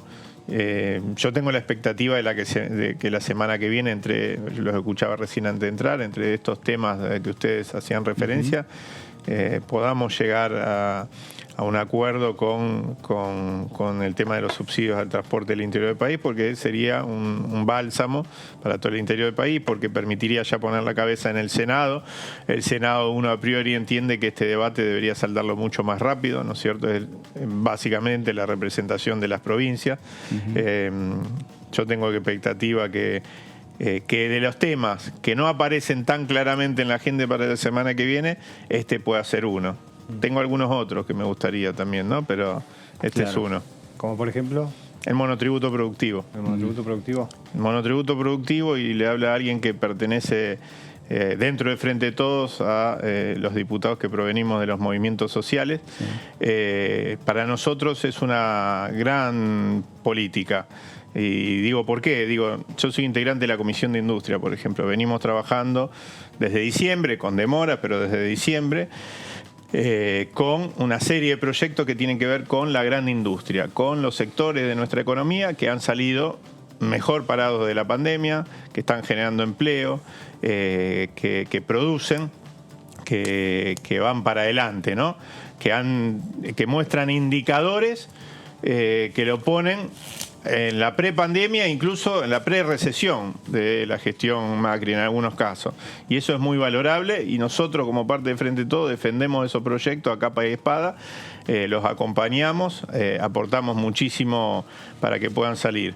También pretendemos que otras iniciativas como esta, que en este caso es un puente de inclusión fiscal para millones de compatriotas que están afuera de esa economía, iba a decir más dinámica, pero no sé si llamarla más dinámica, más ligada a la obtención de divisas, ¿no es cierto?, más ligada a los grandes sectores de capital, etcétera, pero un sector económico muy dinámico, que genera mucho trabajo, no empleo, pero sí trabajo, y que requiere y pide a gritos la formalización, y que nosotros creemos que esa formalización debe ser el primer paso para algo más ambicioso. Hay un trabajo del Ejecutivo en torno a una ley, lo anunció, lo sugirió el presidente el 1 de marzo, de un proyecto de fortalecimiento de la economía popular para poder lograr en esos millones de compatriotas que el IFE desnudó, que son trabajadores pero que no están bajo ningún sistema de seguridad social, puedan acceder a la seguridad social, eso es el puente de inclusión fiscal o el monotributo productivo, puedan acceder a crédito bancario y no bancario, a herramientas, a máquinas, y no tengan que quizás esperar el derrame de otro sector económico que en las miradas más optimistas, la de Culfa, por ejemplo, hace 2 meses cuando presentó Argentina 2030, el Plan Productivo 2030, planea una creación de empleos dentro de la actividad privada del orden, en 8 años, con la Argentina creciendo a tasas chinas, de 2 millones de puestos de trabajo, de empleos dentro de la actividad privada.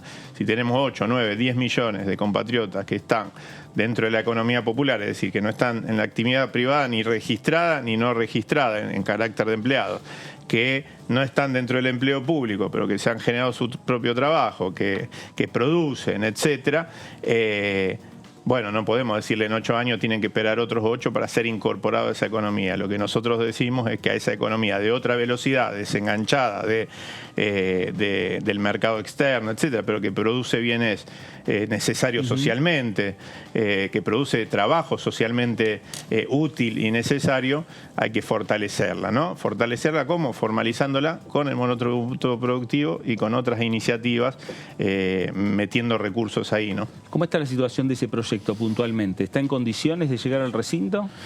Tiene exclusivamente la comisión de presupuesto.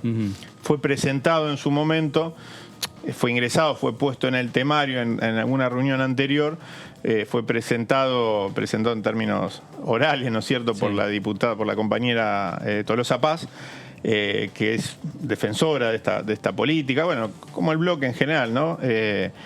Pero bueno, quedó ahí en el título. Nuestra expectativa, y lo estoy haciendo público acá, pero seguramente en las próximas horas también desde diputadas y diputadas del Frente de Todo, que pertenecemos a los movimientos sociales, es que esta ley, entre otras, el salario universal también, ¿no? Nosotros creemos que hay que ponerlo en discusión y hay que ponerlo sobre la mesa, entre algunas otras políticas, todas complementarias, ninguna por sí mismo.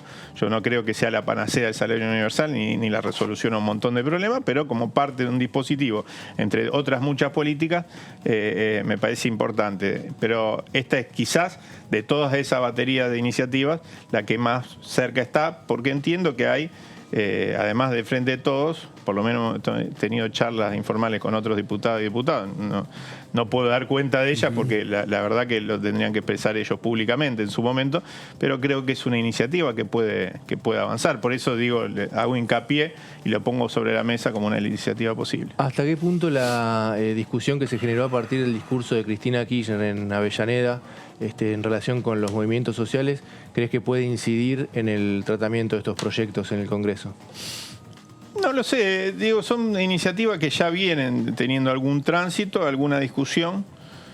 Yo creo que es un gran debate la cuestión del trabajo y hacia dónde va el mundo del trabajo. Creo que al que entramos mal, ¿no es cierto? A partir digo, me siento en la obligación de decir que no concuerdo con esa intervención de la vicepresidenta, eso está claro, no tengo ni que decirlo, pero creo que es un buen debate, o es un debate importante, y en realidad de las respuestas que demos a esa interrogante o a ese debate va a depender mucho de qué va a pasar con la Argentina. Mira, en la Argentina yo recién hablaba de trabajadores dentro de la actividad privada, pública, etcétera. En Argentina vamos a lo bestia, ¿no es cierto? Vamos a agarrar los números de la población económicamente activa y redondeamos. En Argentina hay 6 millones de trabajadores y trabajadoras dentro de la actividad privada en relación de dependencia registrados. 2 millones en la actividad privada en relación de dependencia que son empleados no registrados, es decir, en negro. 3,5 millones aproximadamente de empleados públicos. El resto... 4,5 millones de monotributistas. Sí, bueno, pero algunos son monotributistas exclusivos, que son más o menos 2 millones, etcétera. Pero digo, el resto, esos monotributistas exclusivos lo iba a incluir dentro de todo el resto, que son los trabajadores y trabajadoras de la economía popular, que no quiere decir exclusivamente informales, los hay formales e informales, que no quiere decir pobres, los hay pobres y otros que no. Cuando hablamos de economía popular, una categoría, por lo menos para nosotros, que ha tenido mucha pregnancia, mucho desarrollo, incluso hasta gremial, hay organizaciones que se definen como la UTEP a partir de la categoría, que son la mejor forma de abarcarlo a todos, son trabajadores y trabajadoras sin patrón, que se inventaron su propio trabajo, ¿no es cierto? Ahora bien, yo recién hablaba de estas miradas, las más positivas de una Argentina creciendo a tasa china, en el marco del mundo en el que vivimos y este capitalismo, ¿no es cierto?, que por lo menos en la Argentina de Rodrigazo para acá ha avanzado hacia capitalismo financiero, ¿no es cierto?, de valorización financiera, como se le quiera llamar, con sus matices, con sus mejores momentos, sus peores, pero que tienen una enorme dificultad para generar lo que conocimos como, en la etapa del Fordismo, como el empleo privado dentro de una empresa privada en relación de dependencia, etcétera. En el mejor momento, del 83 para acá, tuvimos 6,5 millones de trabajadores en esa condición. Hoy tenemos macrismo y pandemia mediante 6 millones, ¿no? El mejor momento había sido la etapa de los últimos del segundo gobierno de Cristina, por ejemplo, ¿no? Para tomar. Entonces, nosotros tenemos que pensar qué hacemos con ese enorme mundo económico. Si le vamos a decir que acá hay un problema, que la culpa la tienen ellos, porque no están capacitados, que se tienen que capacitar, y empezamos con esa especie de cursismo, ¿no es cierto?, de la dirigencia política, curso, toma un curso, toma otro curso, toma otro. Y después de eso, de que te capacites, va a entrar acá.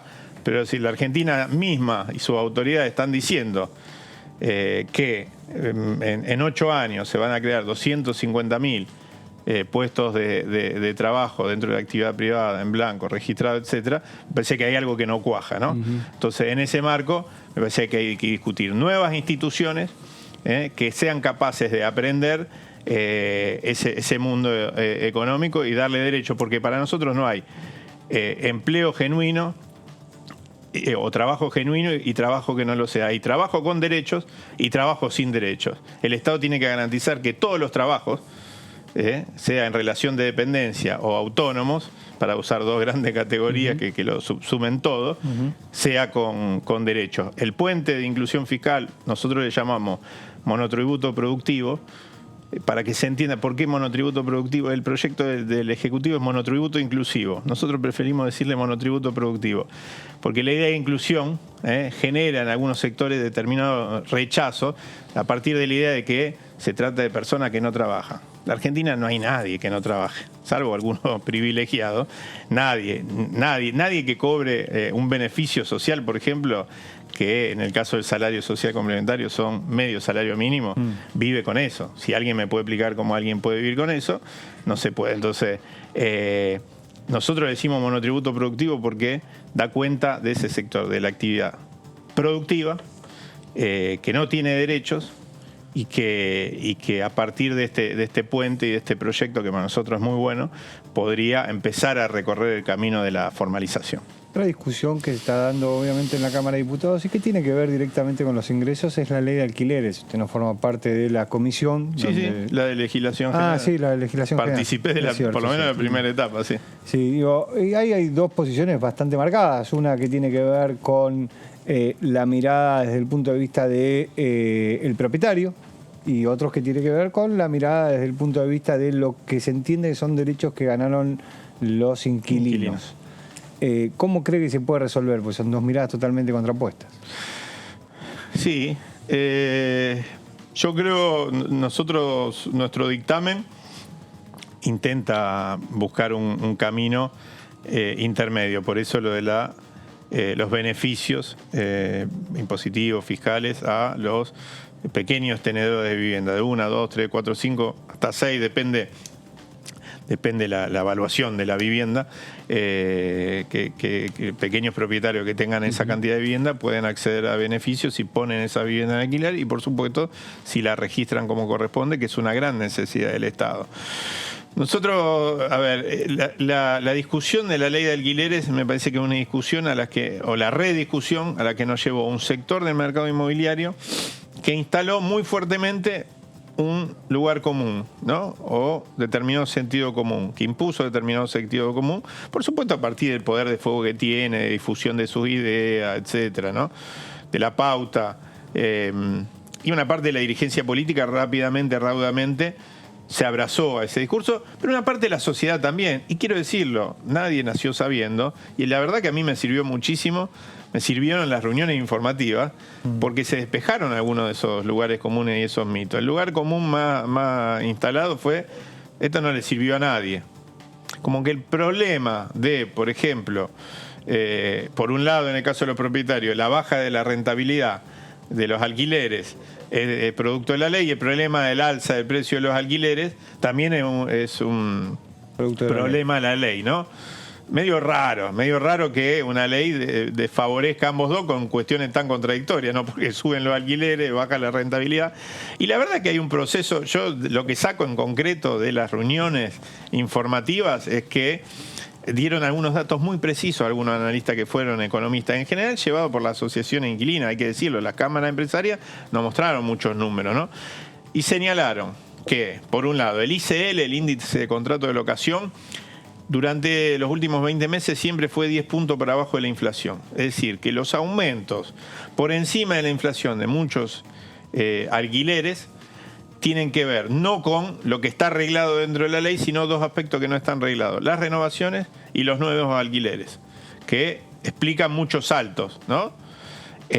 Repito, dos aspectos no arreglados. Claro. Mal haríamos en pasar, entonces decimos nosotros, de 3 años, la duración de los contratos, a 2 años, si lo que lleva al alza por encima de muchos casos de la inflación, sea las renovaciones y los nuevos alquileres. Si yo tomo un periodo de 6 años y la duración de los contratos es de 2, tengo en el medio 2 renovaciones. Si lo tomo de 3, tengo una renovación, con además todo lo que significa, o un nuevo contrato, con las mudanzas, con la inestabilidad en todo sentido, económica, emocional, que significa una mudanza. Quien ha alquilado alguna vez sabe qué significa todo esto. Entonces, primer discusión despejada, por lo menos para nosotros, bajar de 3 a 2, por lo menos si pensamos en el bolsillo del inquilino, lo jode.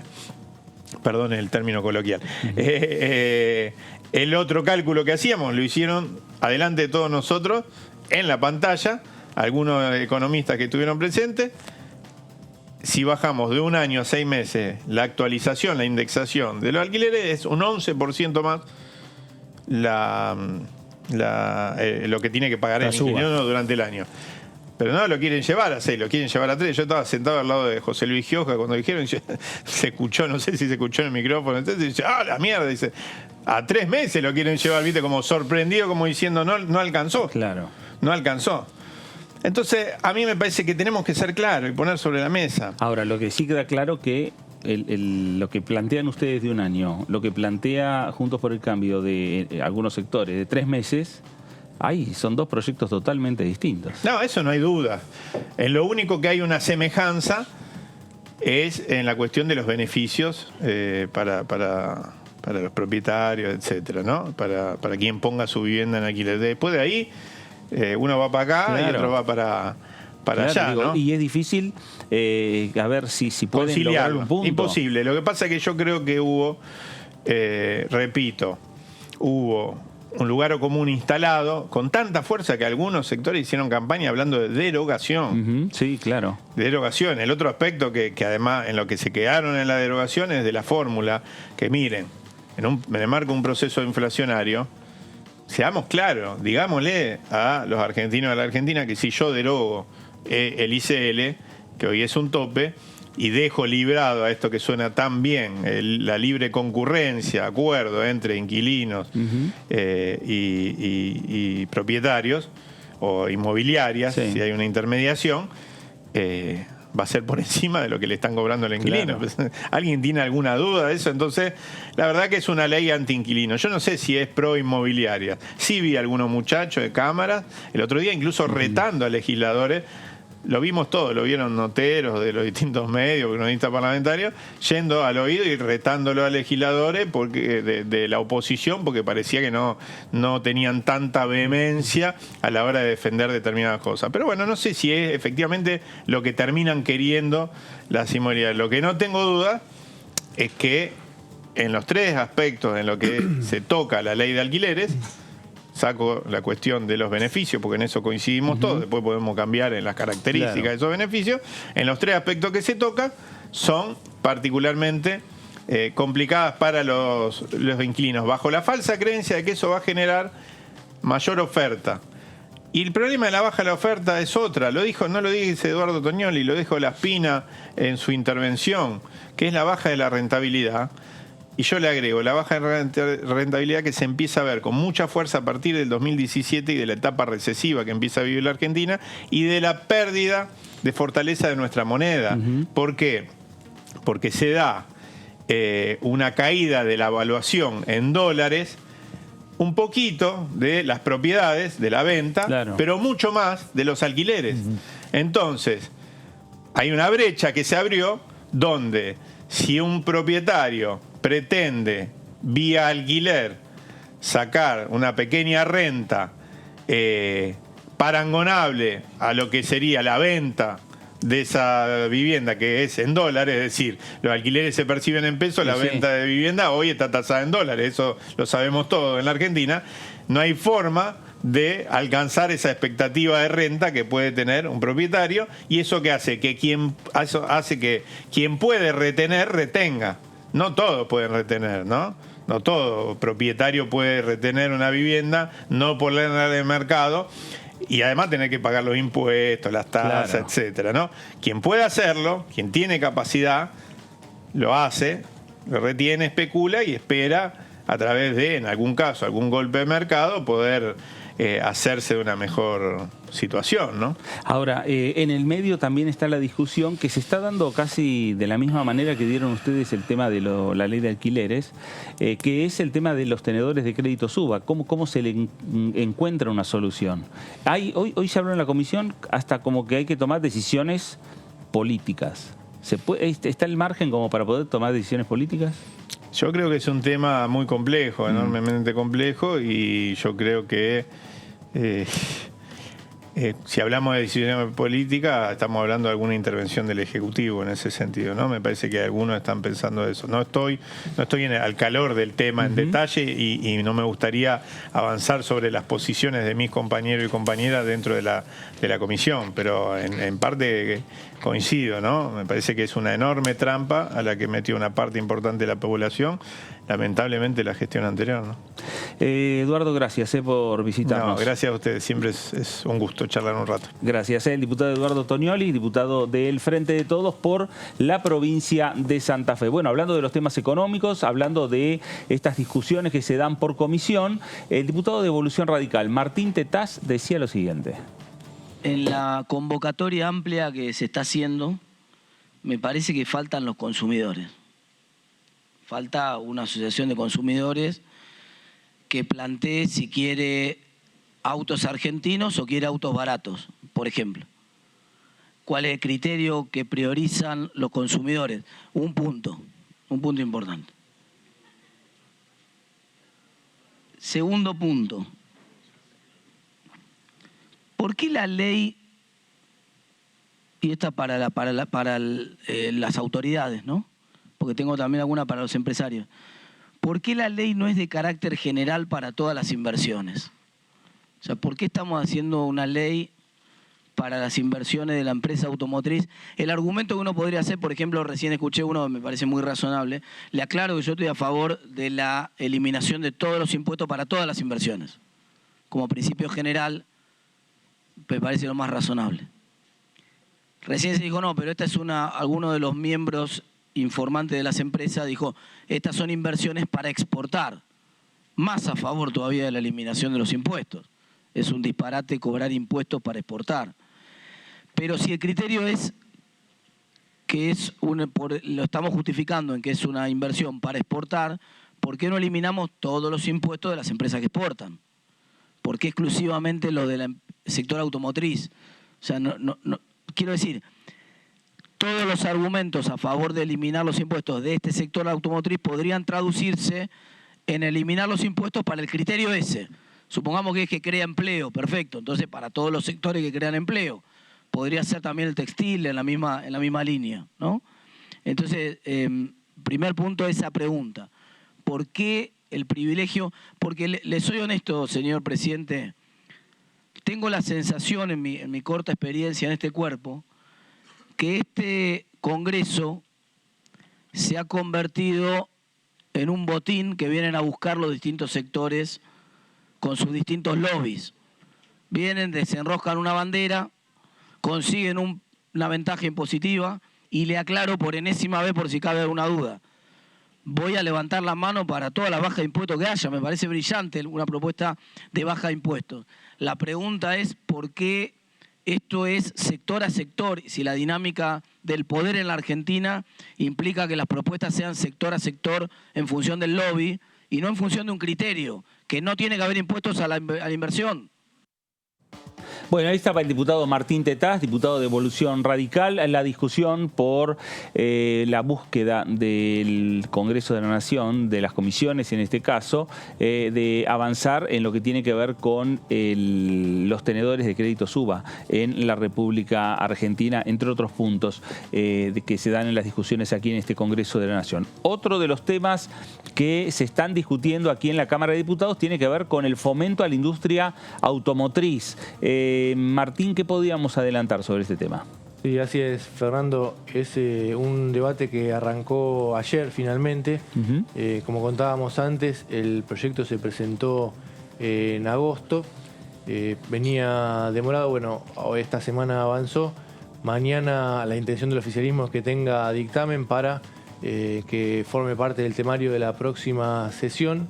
El oficialismo le da una importancia bastante fuerte al tema porque argumenta que bueno, es uno de los proyectos que podría generar, atenuar, ¿no? la falta de dólares, este tema que tanto preocupa al gobierno, porque podría ayudar a revertir el déficit en la balanza comercial, principalmente con Brasil, en la industria automotriz.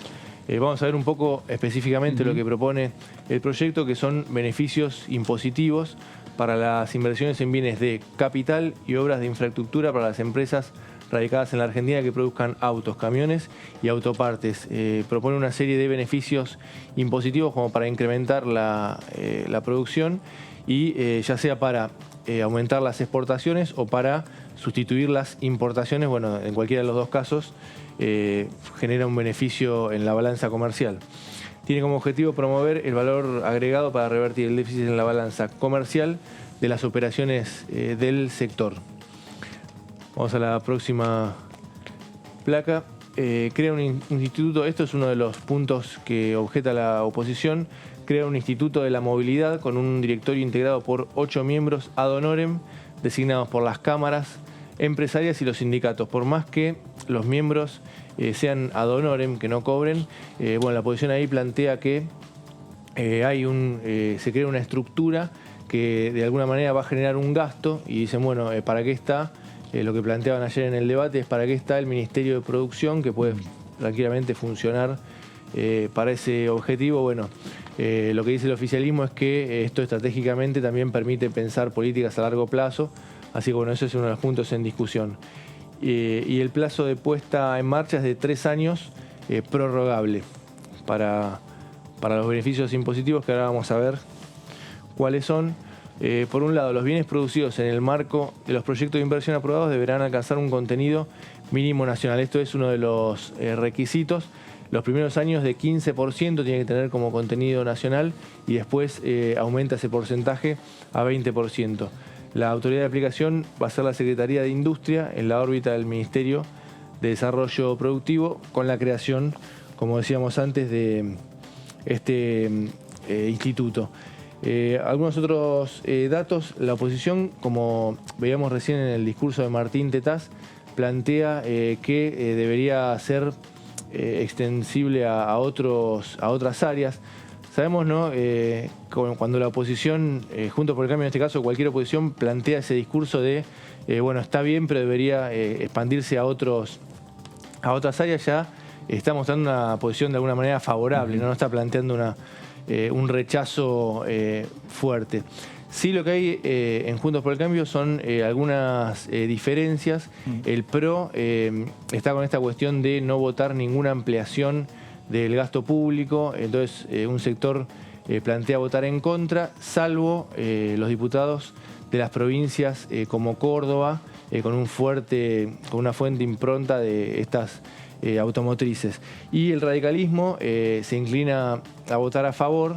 Estas divisiones se vienen dando, ¿no? Juntos por el Cambio, una posición más favorable, más contemplativa con proyectos del oficialismo, del radicalismo y de la coalición cívica y no del PRO.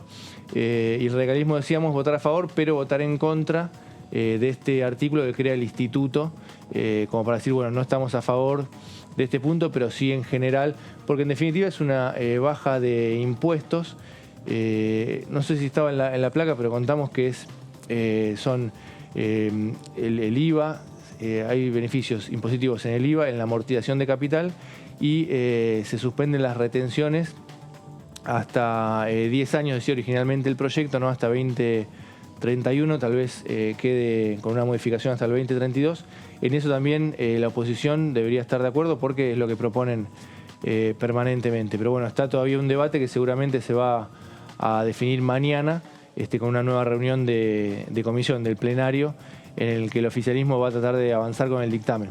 Bueno, gracias Martín, porque además desde el oficialismo es la decisión política que tiene el bloque que encabeza Germán Martínez, que es firmar dictamen en la jornada de mañana y dentro de las posibilidades llevar este tema al recinto de la Cámara de Diputados de la Nación. Ya la próxima semana van a trabajar para ver si pueden llegar la próxima semana a discutir aquellos proyectos que ya tienen despacho de comisión. Por eso rápidamente quieren encontrarle el despacho, la firma a este proyecto de la industria automotriz, porque es un proyecto que ha enviado el Poder Ejecutivo. Sí, va a cumplir un año también. Sí, claro. Entró en agosto del año pasado el proyecto de ley, después, como decía Martín, no se trató en extraordinarias. Acá la ventaja que uno tiene, y en donde Juntos por el Cambio, como decía Martín, bueno, da la sensación de que va a apoyar porque tampoco tiene mucho margen, me parece, para no avanzar en esa línea, es que cuenta con el apoyo de los fabricantes de autos, los fabricantes de autoparte, la ESMATA, la UOM, que son los dos gremios que están en esta actividad. Digo, como que no hay nadie que se oponga. Puede haber diferencias en algunas cosas, en cómo se tiene que hacer la devolución del IVA o lo que tiene que ver con las retenciones, pero lo hablábamos acá respecto del impacto que tiene Juntos por el Cambio. Dice, bueno, no queremos hacer nada que amplíe el déficit. Bueno, el impacto es casi nulo si uno lo mira desde el lugar de los beneficios son sobre la producción incremental. Claro. Entonces no es sobre lo que se produce hoy, sino sobre lo que se produce en comparación a lo que se producía antes. No, y si además el problema o el cuestionamiento central de Juntos por el Cambio es la creación del Instituto de Movilidad, bueno, es un tema que lo pueden sacar del despacho de comisión. Si desaparece el Instituto de Movilidad en la ley, aparece la Oficina de Movilidad en el Ministerio de la Producción. Si es que ya está, porque a lo mejor ya es una oficina que ya está y convence más a la oposición de decir no estamos generando una nueva estructura. Es un tema así, ¿no? Más que nada discursivo y de posicionamiento electoral, ¿no? A partir de la irrupción de los libertarios, de Javier Milei, un poco corrió la discusión hacia ese lugar. Y el PRO sobre todo, y dentro del PRO también hay divisiones. El ala dura dice, bueno, nosotros no queremos votar ningún proyecto que aumente los gastos del Estado, que cree impuestos, que aumente los impuestos. Es también una cuestión discursiva porque ve Juntos por el Cambio, y en particular el PRO, insistimos, en que una parte de los votos principalmente dicen que Milei le saca votos a las dos coaliciones, ¿no? Pero más a Juntos por el Cambio. Y bueno, ahí está ese posicionamiento que a veces, como decía David, es un poco exagerado y hasta genera discusiones internas fuertes en el propio Juntos por el Cambio, ¿no? Con el proyecto de asignaciones específicas para las industrias culturales hubo algunas divisiones, también por ese tema, ¿no? La prórroga de 50 años. Claro. Bueno, ahí generó un debate fuerte en Juntos por el Cambio. Bueno, ahí vemos en media pantalla lo que son los debates en comisión que se están dando en la Cámara de Diputados de la Nación, y esto nos va a llevar a ver cuál va a ser la agenda de mañana, porque mañana va a haber una agenda también con por lo menos 3 comisiones con diferentes temas. A partir de las 11 de la mañana, la Comisión de Cultura, la que preside el diputado Hernán Lombardi, en la sala 3 del anexo A de la Cámara de Diputados. Varios temas son los que plantean los diputados nacionales. A lo mejor alguno de ellos puede ser que tenga despacho de comisión y a lo mejor puede ser que esté en condiciones de llegar al recinto la próxima semana. Es como la primera reunión de comisión que va a tener esta Cámara de Diputados en la jornada de mañana, que es, repetimos, la Comisión de Cultura. La segunda comisión, que va a ser a las 11:30 de la mañana, Comisión Bicameral Permanente de Trámite Legislativo. Esto es creada por la Ley 26.112. Esto es en el Salón Arturo Illia del Senado Nacional. Se va a integrar esta Comisión Bicameral Permanente. Es la que tiene que validar los decretos de necesidad de urgencia que emite el Poder Ejecutivo Nacional. Esta comisión está conformada por diputados y por senadores del oficialismo, de la oposición, y los números siempre están casi muy próximos entre oficialismo, en cantidad de oficialistas y opositores, ¿no? Sí, pero lo que pasa es que tiene la ventaja de que una vez que pasa de la bicameral, el decreto tiene que ser aprobado por una de las dos cámaras. Claro. Porque básicamente con la aprobación de una de las cámaras se asegura la continuidad, y siempre los decretos son aprobados en el Senado, donde el oficialismo tiene mayoría. Bueno, y la última comisión, que va a ser en la jornada de mañana, es lo que nos señalaba Martín recién, a las 12 del mediodía, las comisiones plenario, Comisión de Industria, Comisión de Presupuesto y Hacienda. Ahí está Marcelo Casareto, está Carlos Heller, en el anexo C, en el segundo piso de esta Cámara de Diputados de la Nación, la reunión conjunta, el proyecto de ley de fomento a la industria automotriz, que va, en definitiva, a tener dictamen de comisión en la jornada de mañana, y con acuerdo político se llega al recinto la próxima semana. En definitiva, es la intención del oficialismo. Veremos también desde la oposición cuál es la intención, porque la intención de la oposición es avanzar con la ley de alquileres, también que llegue la próxima semana al recinto.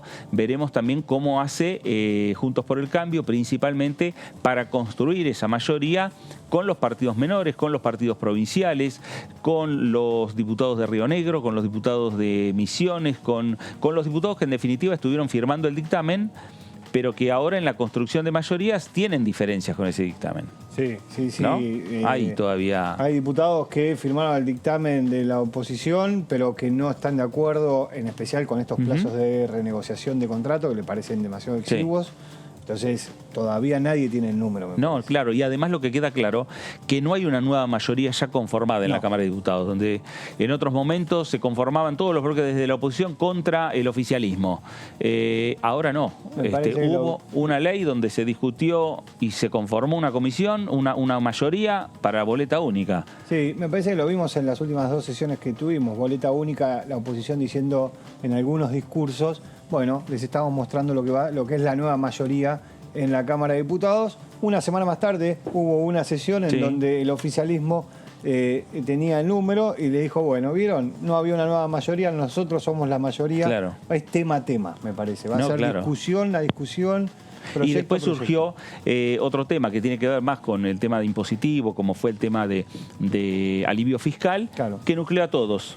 A Juntos por el Cambio, al Frente de Todos, a los partidos provinciales. Esa va a ser, me parece, el trabajo de aquí en adelante, ya desde que se renovó la Cámara. Sí, y va a ser interesante con la ley de alquileres. Va a haber que hacer un poroteo, imaginamos, el oficialismo muy fino va a tener que hacer, porque el dictamen de mayoría es del oficialismo, pero en principio tenía, hay que ver ahora cómo están los números, pero tenía más diputados la oposición. Pero bueno, hay que ver porque si el oficialismo calcula que la oposición gana la votación, probablemente no de quórum, ¿no? Claro. Pero se define por 1 o 2 diputados, así que ahí van a tener la calculadora más afilada que nunca, ¿no? Bueno, en eso está trabajando el presidente de la Cámara de Diputados, Sergio Massa. En eso está trabajando Germán Martínez, el presidente de la bancada del Frente de Todos en esta Cámara de Diputados de la Nación, la conformación de un temario para llevar y convocar a una sesión la próxima semana en la Cámara Baja. Mientras tanto, lo que tenemos que decir, lo que decíamos recién, comisiones, diferentes comisiones para la jornada de mañana a partir de las 10:30 de la mañana aquí en este Congreso de la Nación. Martín, gracias. Gracias, buenas tardes. David, gracias. Buenas tardes. A usted también, gracias por estar ahí. Feliz día a todos los camarógrafos, los que están detrás de cámara, los que nos llevan la imagen a toda la República Argentina. Esto fue el análisis por aquí, por DTV. Gracias, nos reencontramos.